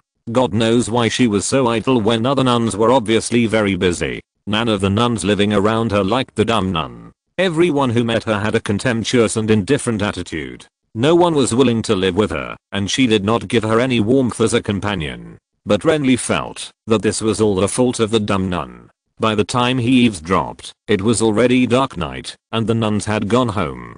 Renly, who was leaning against the wall, could even hear faint but strange noises coming from the room behind him, which made him helplessly cover his forehead. What kind of a terrible person is this? Thank you to bookfriend 201907201431222618 for the 500 reward. Thank you to bookfriend Zianatang 246, bookfriend Bionic Hardware Accessories, bookfriend that 1-star river, and bookfriend 201908140342257990 for the 100 reward. If you're listening to this novel on a channel other than Fanfic World, it means they downloaded and uploaded it without effort. We cordially invite you to visit our channel, Mundo Fanfic Novelos. There you'll find the original version of this story and you can explore many other novels of various genres. We're waiting for you to immerse yourself in a world of incredible novels. Chapter 96, The Trial of the Seven Sons. Do decent people need others to guide them to the right path? This question is obvious. So although everything he saw and heard was terrible, after thinking about it, Renly became more confident. He felt that he seemed to have found the target of the mission, or in other words, no one he had met so far met the requirements better than her. However, after asking around and getting to know the nun named Rhea carefully, he was dumbfounded. She was dumb, but not because of a problem with her language organs, but because she couldn't hear the outside sounds. Simply put, she was a deaf mute of 15 or 16 years old. In this case, simple communication was a problem, so how could it be possible to guide them smoothly? Renly didn't know much about this kind of group, and this world didn't have the perfect sign language communication method of his previous life, so as soon as he discovered this, he felt that this seemed like an impossible task. But he was a little unwilling to give up just like that, so although Renly didn't start to act in the next few days, he still kept observing the target and thinking about countermeasures every day. Everything he saw and heard was still terrible and even severely hit his self-confidence, but Renly also discovered some of her life patterns. For example, every morning she would run to a chair in the square in front of the cathedral and sit and pray for about 10 minutes. At this time, she seemed the quietest. For example, she really liked all kinds of small insects. Every day she would go around and catch insects and put them in her own small jars. She was like a treasure. For example, no one disciplined or cared about her, but she never left the cathedral and always lived in the area at the top of the Rena's hill. Although she often stared at the outside world in a daze, she looked eager. For example, although she would destroy various flowers in the flower bed, she would only spare mint. Renly initially thought that this might be because she only liked mint flowers, but later found that she did like mint, but she liked it in the form of eating. Sister Rhea liked to eat mint leaves, but there was not much mint planted in the flower bed of the cathedral, so she ate it very sparingly, only about 1 or 2 leaves a day, and then carefully stopped picking more. After discovering this, Renly began to act. His method of action was not direct contact, but sending mint. There was not much mint in the temple, but looking at the whole King's Landing, there was no shortage of sources. Considering the other party's situation, he obviously couldn't use normal words to build a relationship, so he could only use actions. Giving gifts is a bit cliché, but it's not bad. After all, catering to the other party's preferences is one of the keys to building a closer relationship in any world. Since Renly's goal is to guide the other party to the right path, it is naturally a prerequisite to be able to talk to Sister Rhea. However, this prerequisite also requires skills. The other party has a special personality. Renly did not go to the door directly to deliver it, but secretly put a branch of mint with leaves at her door every morning before she went out, and then ignored it and went to train on his own. He did this very secretly, but he did not deliberately hide himself. There was no movement at the beginning, but later every time Renly went to deliver it, he could vaguely feel that there was a pair of eyes secretly watching him behind the window in the house. In this way, a week passed, and Renly found that every time he passed by Sister Rhea intentionally or unintentionally, he would attract her attention. This seemed nothing, and anyone would be surprised when strangers continuously gave him mint. But this paved the way for the next contact. So after a secret observation, he found that this mean girl had stolen something from someone else, and was discovered, and was being slapped, so he jumped out. Although the hero saving the beauty is too cliché, it does not mean that it is not useful, or why this strategy has become so cliché. It is because of its practicality. So, under the bright sunshine, the heroic blonde knight grabbed the raised arm of a middle-aged nun, and at the same time, his tall figure blocked the petite nun, and asked knowingly, "Being mean is not a virtue, nun. What mistake did she make that deserves your beating? She stole my headscarf, sir. She is a thief, always a thief, not innocent at all." The beater was very indignant. "Steal a headscarf? But I saw your headscarf was still on your head." "Of course it was my other headscarf, sir, stolen by this little bitch. If you don't believe me, look at what she is holding in her hand." I only saw that she was holding her own headscarf, not according to the normal sequence expected by Renly. After a conversation, he would start to make some initial contact with Sister Rhea. Unfortunately, before the routine was completed, a burst of hurried footsteps suddenly sounded behind him. Turning around, the slender white figure had already run away quickly, and there was no time to pay attention to what was happening here. This made Renly stunned, and he was so depressed that he couldn't even describe it. After pretending to understand the situation, he apologized to the middle-aged nun, and then returned to his residence in a depressed mood. "You look very upset, Lord Lemon." The bald squire who was fiddling with his necklace in the house asked with a smile when he saw him return. "Did you get beaten by other knights in the training ground? You have to call the master." Renly glared at the other person unhappily. Then he walked to his bed, bent down and took out a box from under the bed, and then waved to the squire. "Egg, come here." "What for?" the other person asked vigilantly, thinking that this guy was going to hit him. It is common for knights to hit squires, and it is not unheard of for some knights to use squires as punching bags when they are unhappy. So even though this person had acted very kind before, it does not mean that he is impossible to do such a thing. "Your hair has grown again. I'll shave it for you," Renly replied, and gestured to the sharp razor taken out of the box.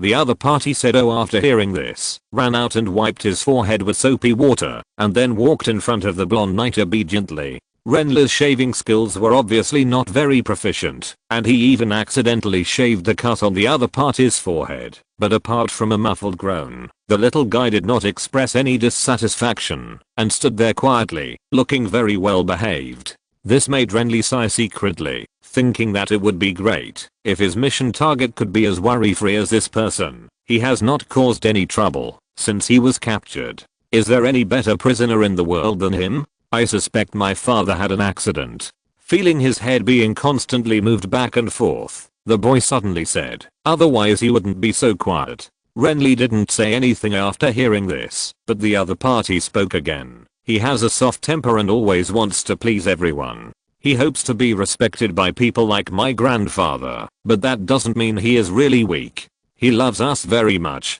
Those mobs climbed into the Red Keep and stabbed his brother, so he decided to return to Dragonstone. It was not because of fear, but because of his family. The Red Keep has not been completed yet and it is not safe at all. "So what do you think he will encounter?" Renly asked casually. "Illness? I suspect it's magic," the boy said seriously. "Dark magic." He didn't say it clearly, but Renly understood what he meant after hearing it. There are rumors that Visenya, the great queen of Aegon the Conqueror, is at odds with Aegon's lineage, and Queen Visenya is said to have studied dark magic and poison since childhood. Later generations even have rumors that Queen Visenya's only son Meager was born by her using dark magic. Renly thought that this statement was unreliable. After all, people always throw all kinds of dirty water on those who are not liked, and the future King Mika, who was named Cruel, was particularly unpopular. But he was not surprised if it was true. After all, this is not a simple medieval world, but a fantasy place.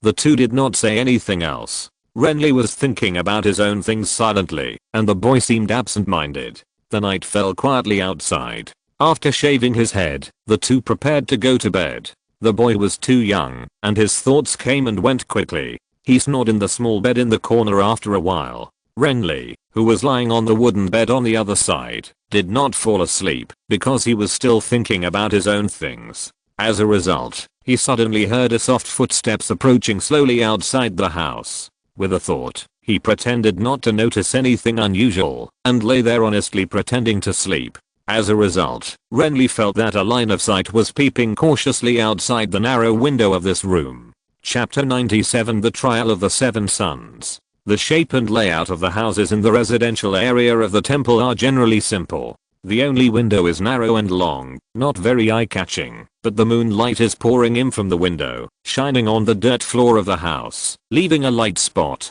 So when someone is spying, the shape of this light spot is seriously affected. Renly, who was lying on the bed, could clearly see this with his eyes squinting, not to mention that he could hear a trivial noise. However, he did not act rashly, but let the person outside secretly look into the house. Not until a while later, a cautious footsteps went away, and he opened his eyes completely. After sitting up, Renly touched his chin, then put on his boots, and walked out the door. Originally, he just wanted to see the situation, but after going out, he found that there was a pale yellow unknown wildflower placed at the door of his house. This situation made him stunned, and then he couldn't help laughing. Is this a return gift? Bent down to pick up the flower, Renly pondered. A wildflower was useless to Renly, but the meaning behind it made him feel relaxed. Originally, he was a little shocked by what happened during the day, but now it seems that the nun is not ignorant of making friends. Holding the flower and looking at it for a few seconds, Renly turned back to his room and placed the flower on a whetstone on the windowsill. He then ignored it and went to bed. The next few days were still the same. In the morning, he gave her a mint and then started a day of training. At night, he pretended to sleep, and then the girl would sneak over to look at him for a while and then leave various objects. The other party's return gifts were not limited to flowers, but also pebbles, a branch, and even insects wrapped in leaves and crushed to death. God knows what the other party was thinking to give such things, but Renly thought that giving them was better than not giving them. The little nun was a very strange person, and he had known this for a long time. This way of communication was very special, but Renly did not think of breaking the tacit understanding for the time being, but kept letting it continue like this, inexplicably feeling a unique sense of fun. The change happened in a sudden encounter. Renly was walking down the road below the hill, but he saw a white-robed nun chewing mint leaves in her hands on a chair at the end of the cathedral square. When he looked over, she was also looking at him, which caught Renly off guard, but he still changed his direction appropriately, and then walked in front of her under her slightly vigilant and timid gaze. "Hello, Rhea," he greeted her, but she didn't respond after he finished speaking. Then he remembered that she couldn't hear what he was saying, so he thought about it, took out a yellow chrysanthemum from the lining of his upper body robe, turned it around, and then put it away again. This made the other party smile, and although her face covered by messy black hair was not clear, she could still see that her cheek with a few freckles was slightly red, and the edges of the mint leaves in her hands were chewed up without her noticing. She was obviously a little nervous, and looked like a little girl who had never communicated with others before, and for the first time mustered up the courage to say hello to a stranger. This surprised Renly, because in his observation, this nun had always been a wilted and naughty existence, and seemed to have never known what embarrassment was, but now she looked very shy. However, he did not stay for long. After smiling at the little nun, he leaned over and placed a mint in his hand on the chair next to her, and then turned and left. It was not until he turned a corner that the gaze behind him disappeared. In the next few days, every time at this time, the mute nun would run to sit on the chair, seemingly chewing leaves aimlessly, or in a daze, but in fact she was waiting for Renly to say hello to her. Although this kind of greeting would often end after just a glance, she would still come early every day to wait. This made Renly feel as if he was feeding a little wildcat that came to eat regularly, or playing the popular cultivation game in his previous life. It's just that the game can be deleted, exited, or even replayed at will, but the situation in front of him made him hesitate suddenly. He felt that he was taking advantage of the feelings of a simple little girl, and he even thought of Rhaenys. But after thinking about it, Renly did not stop this behavior, but he was more or less cautious. In addition to Sister Rhea, Renly also paid attention to other things. However, nothing major has happened recently, and the situation in the city seems to have temporarily fallen into a stable state. It's just that every time you see some church leaders in the church, or in the square, they look hurried, and seem to be busy with something. After a training session, Renly met the blacksmith's son, who informed him that his armor was being made, but because there was an error in the forging of the first set of armor, it was remelted and made. Renly didn't seem too anxious about this. Originally in history, it took about a year from King Aenys's escape to Meagari's succession to the throne. Although the situation is different from that in history, some things before are still the same. For example, Meagar had been exiled to the free trade city before he entered this era, and King Aenys had just escaped not long ago. So he had plenty of time to train and feed.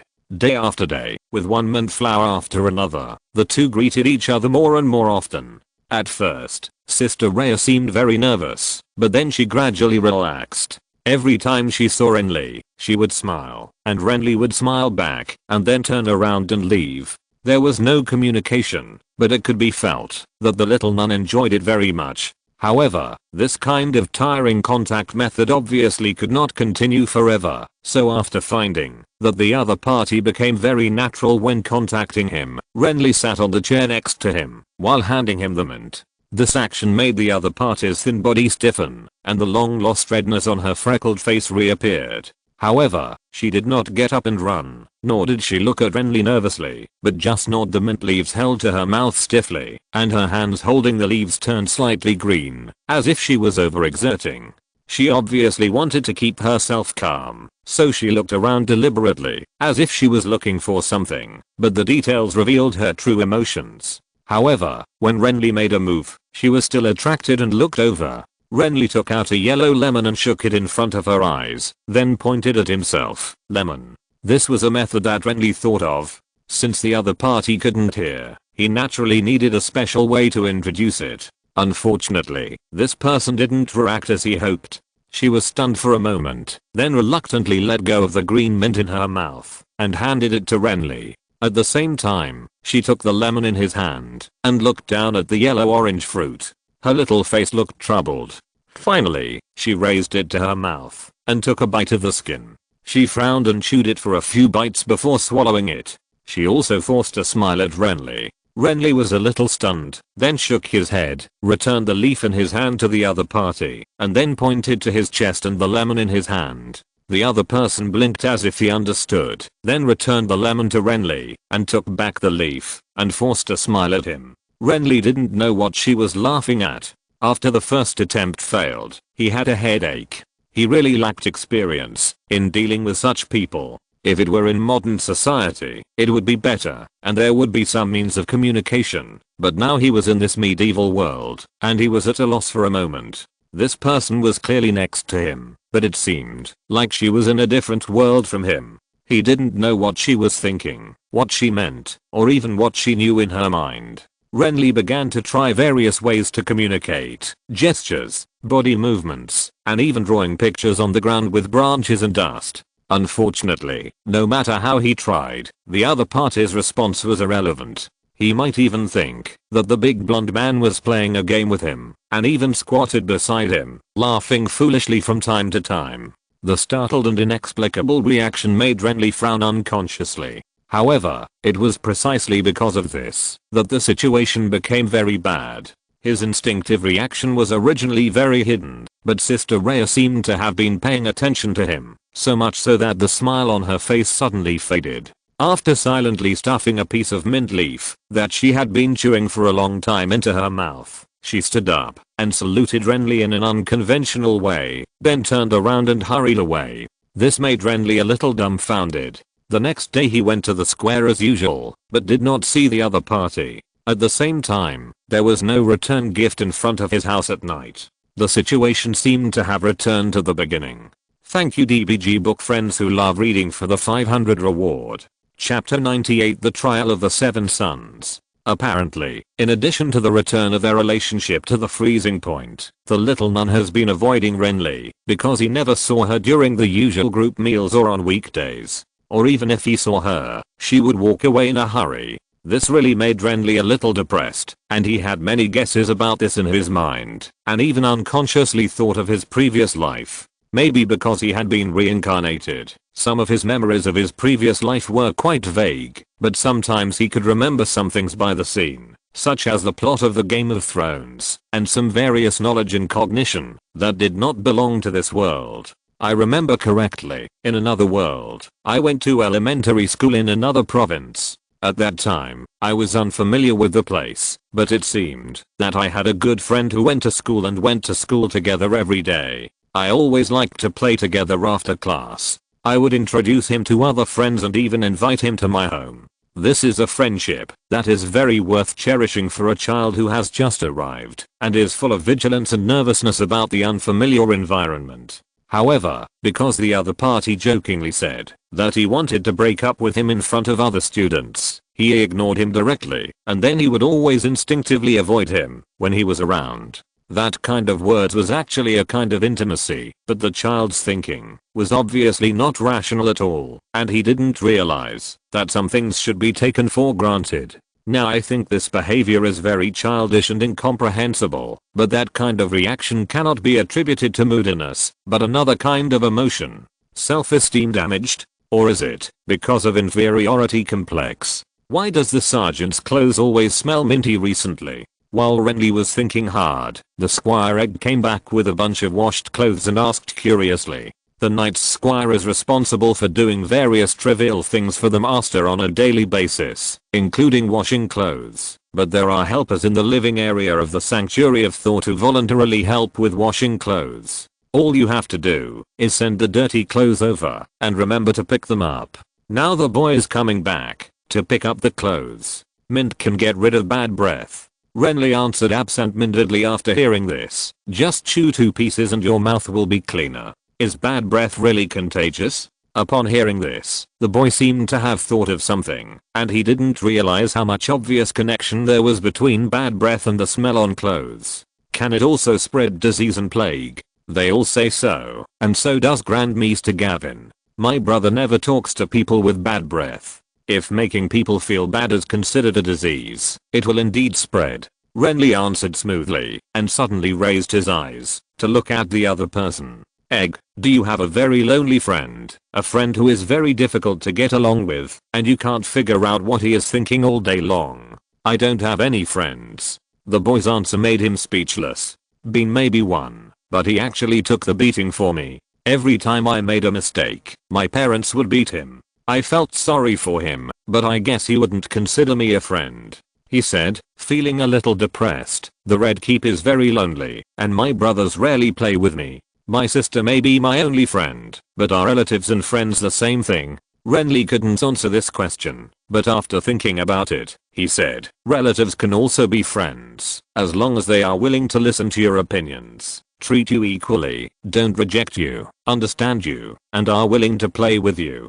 As he said this, he suddenly had an epiphany. Is it really just the sensitivity of self-esteem or inferiority complex? I live in my own world, treating all the people and things around me as decorations, but expecting normal contact with them. However, after taking that step, I found that I could not integrate into the strange world outside at all, but would be hurt. So what else can I do except retreat? So the root of the problem is not the me on the surface? He murmured thoughtfully. What are you talking about, sir? I mean you should brush your teeth. Egg, you have bad breath when you talk. How is that possible?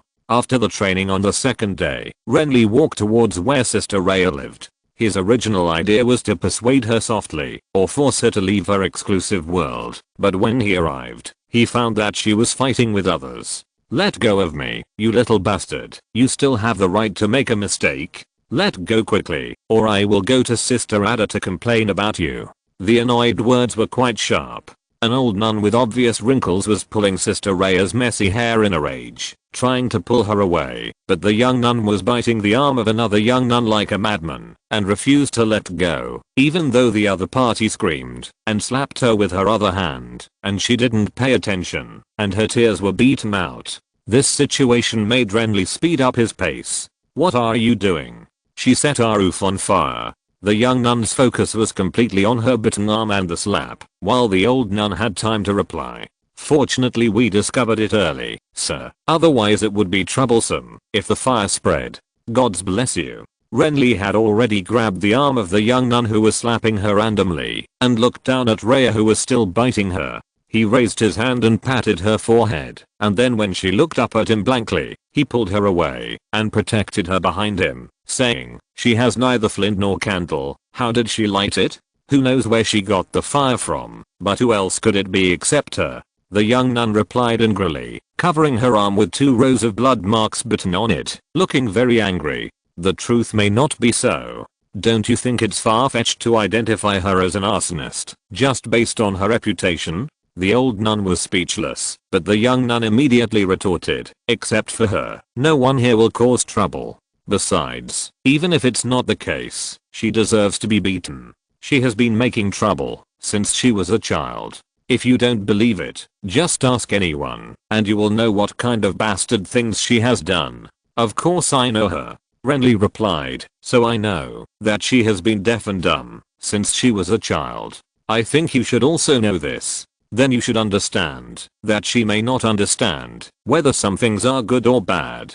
How can she not know after being beaten so many times?" The nun asked in surprise. "This is the reaction of normal people like us, but she may not even know what a good person is. What do you think she can understand?" The 2 nuns looked at each other after hearing this. Their anger was restrained, but they were still not in a good mood. "Sir, you are kind-hearted, but it is of no use to her," the old nun said. "She is a poor child. Not only is she an orphan, but she also has physical defects. We don't always dislike her. We treated her very well at first, and we could understand her mistakes. But you see, she is still like this after more than 10 years, and she has not changed at all. She is not as obedient as a wild cat. You should know, good sir, we are not impatient people. You will know whether it is useful or not until you see her." Renly said seriously, "Before that, I suggest that you 2 go and notify the sister rider you mentioned, and then she will figure out who set the fire."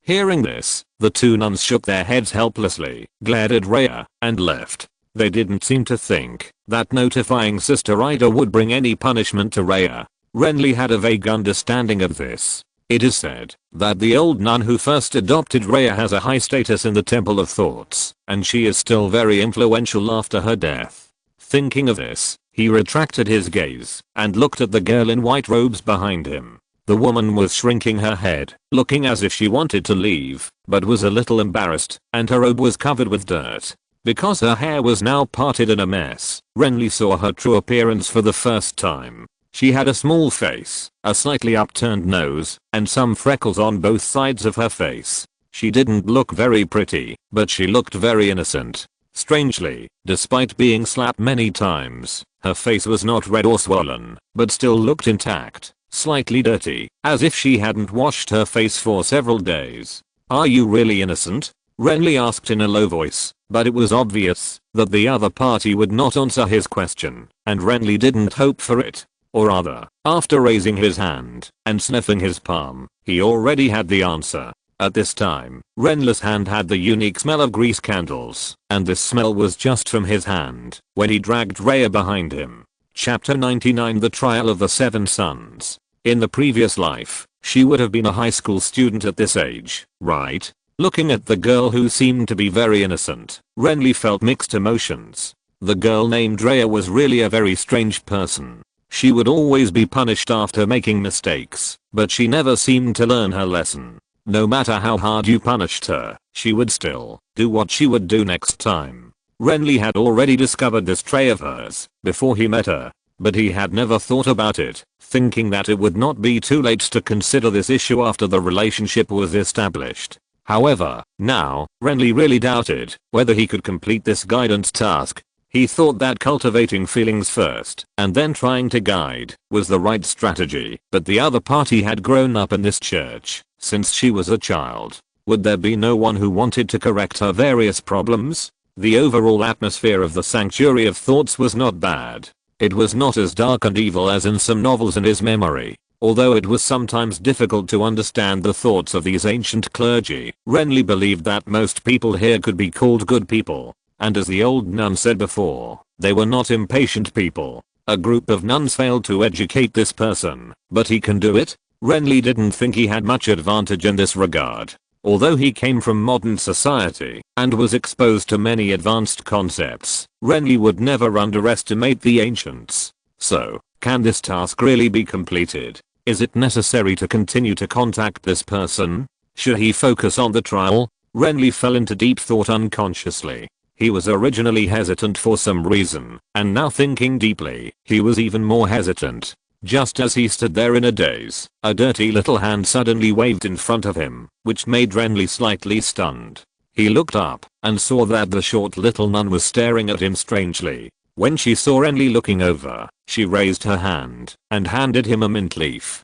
Her golden eyes blinked, moist and clear, shining in the sun, and seemed particularly innocent. After staring at the girl in front of him for a long time, Renly finally sighed, then took up the mint leaf and put it in his mouth.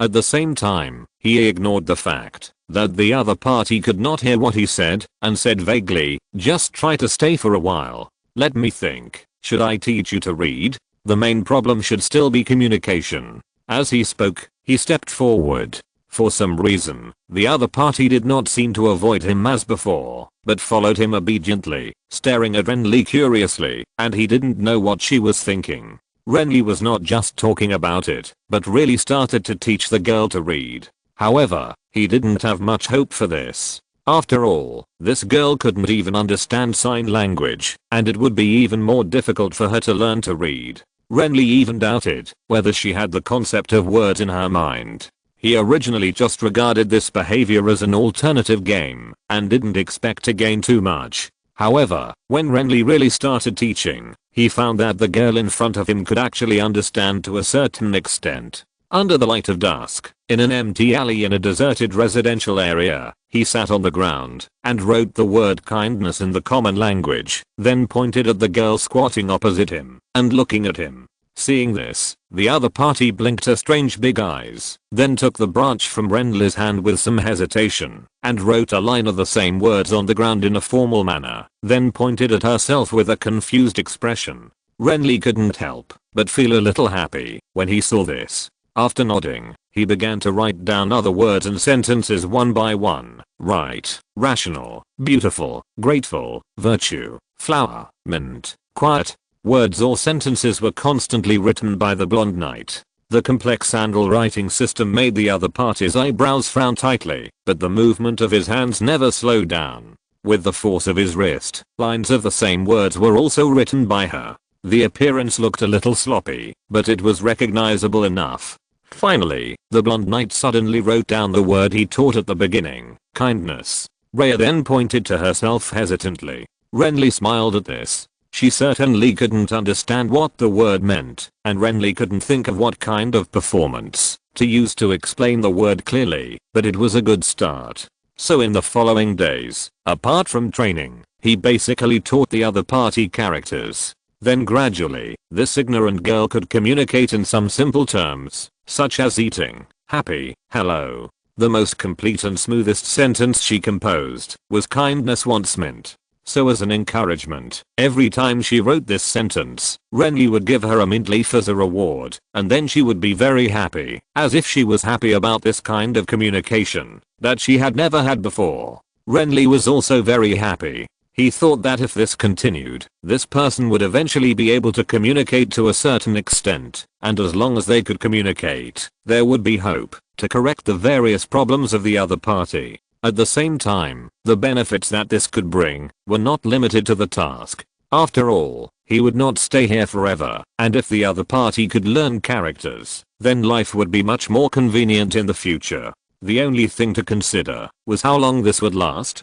Renly was very curious. If he could not complete this task, would he be able to stay here forever? But he was also hesitant about this, because the time in the world outside the dungeon would not completely stop, just because he was in the dungeon, and it would still flow. If he stayed here for too long, would his real body starve to death? This thought made him a little uneasy, but considering that he had not even completed the second task yet, it seemed useless to consider how long the third task would take, so he stopped thinking about it for the time being.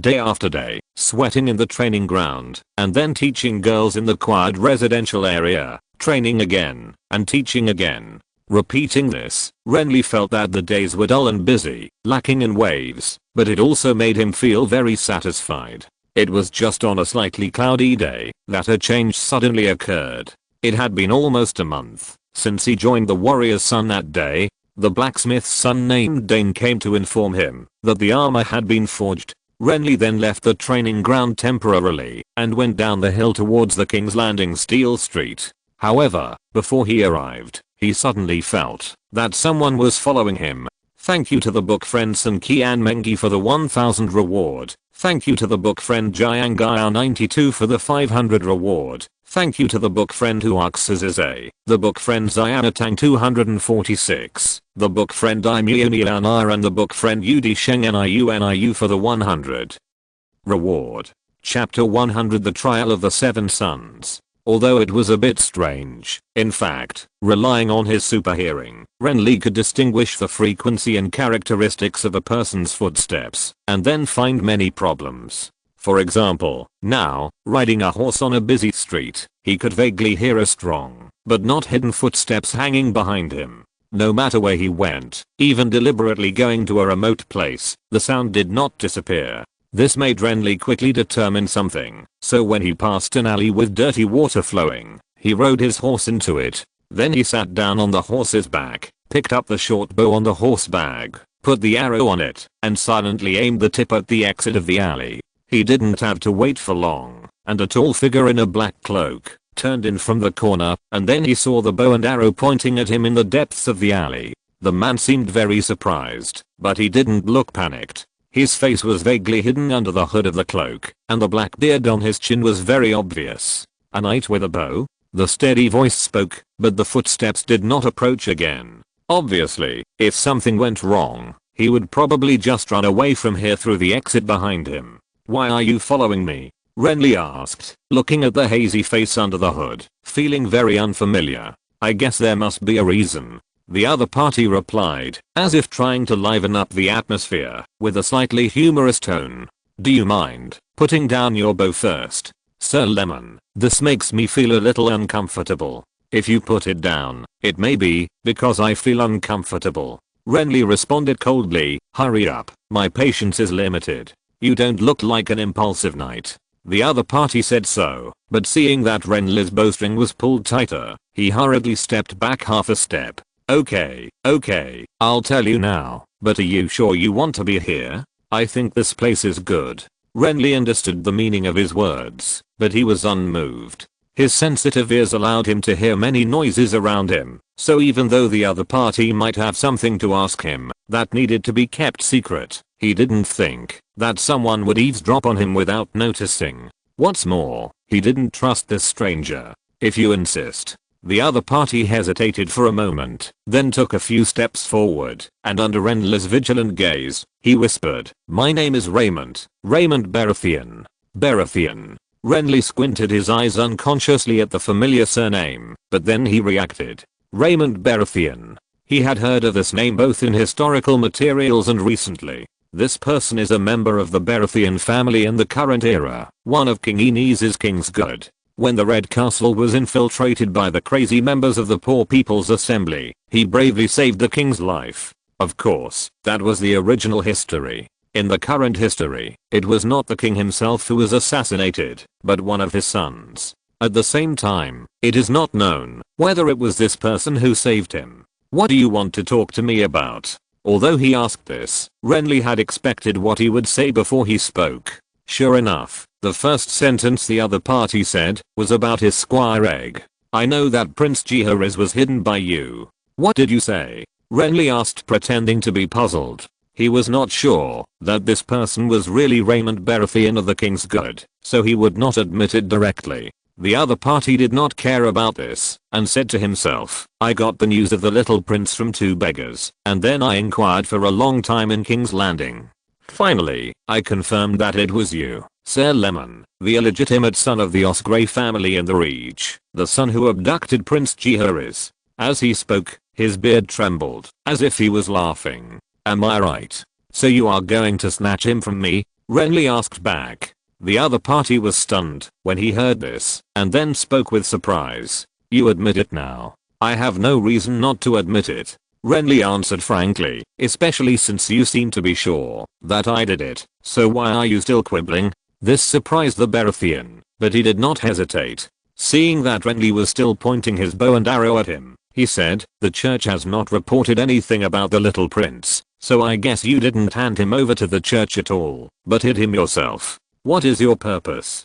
Purpose? Renly thought about it after hearing this and said, a dragon egg? If he told the truth, the other party would not believe it at all, and being a good guy for no reason was obviously not a reason. So it was much more reasonable to have a motive of coveting dragon eggs, and if he could really get a dragon egg, it would be a good thing. This was the same as the last time he fooled Rhaenys. This made the other party silent for a moment, but when he spoke again, he seemed to be much more relaxed. Okay, I understand what you said, but I can't agree to your request on behalf of His Majesty, so you need to wait for news. I just want to ask, how is His Royal Highness doing now? If you ask me, he may have gained a lot of weight. Renly asked, do you want to see him? Where is he? The other party asked hurriedly after hearing this, obviously not expecting such a good thing. The Temple of Remembrance. Renly replied. This made the King's Good stunned, and the eyes under the hood looked at Renly deeply, and then said,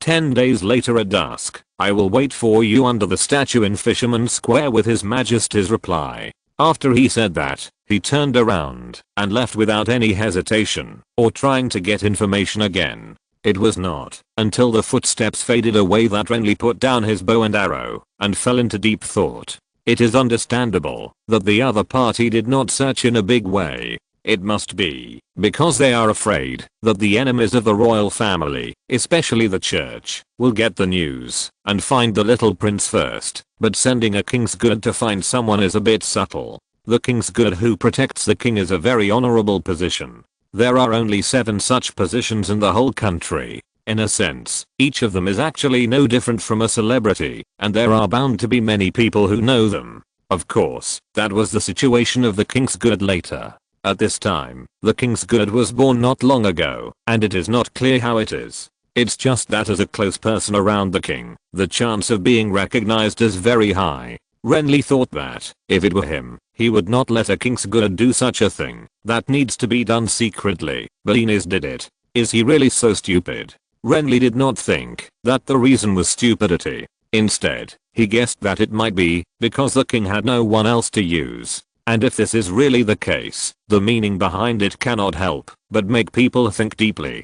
Thinking about it, he shook his head, feeling that this kind of Game of Thrones seems to be quite annoying, no matter what era. After returning to the sanctuary, the squire egg was busy drying the rainbow cloak of the warrior's son. The little man stepped on the stool to hang the cloak on the cloths line, and his body seemed a little shaky. Renly took the cloak and put it on himself, then chatted with the little guy for a while, but did not tell him the news about the King's Good. Instead, he asked him to help take off the new armor he was wearing from the blacksmith shop. The new armor includes a barrel-shaped helmet, a fitted breastplate, hand guards, leg armor, steel boots and other parts of a complete set of knight plate armor. The whole is silver-plated and glitters in the sun. It looks quite handsome, and is not much different from the standard armor of the Sons of Warriors. There is only an inconspicuous raised barrier metal on the right edge of the breastplate. The blacksmith made a small mechanism on this point, so that this novel part can be put away, or put down freely. Renly had done experiments in the blacksmith shop before, and it felt no different from the lance rack in his impression. As for this new accessory, Renly has another idea, but he has not figured out how to operate it for the time being. In the current situation, it seems that there is no need to worry too much. So after taking off his armor, he looked at the sky outside and then stepped towards an empty alleyway where he usually went. After arriving, the thin figure who was originally looking around there spotted him at the first time and rushed over, with his face covered by long black hair filled with excitement and pride, and handed him something in his hand. It was a light grey cotton slipper with a pointed front and wide back. The surface of the slipper was inlaid with some small purple garnets. It glowed slightly under the sun, and it looked like it had just been brushed and looked quite clean. However, there was only one, not a pair. But Renly was sure that when the girl stole the slipper, it must have been a pair, not one. As for why there was only one, it was naturally because she kept the remaining one. That's right, it was stolen, not her own thing. Although there was no evidence, Renly was very sure of this. He sighed because of this, feeling that he really had a long way to go. End of this chapter. Thank you very much for reaching the end. Don't forget to like. Looking for more exclusive content and immediate access? Subscribe to our Patreon. Remember, every like, subscription, or donation encourages us to continue. Thanks to everyone. See you in the next video.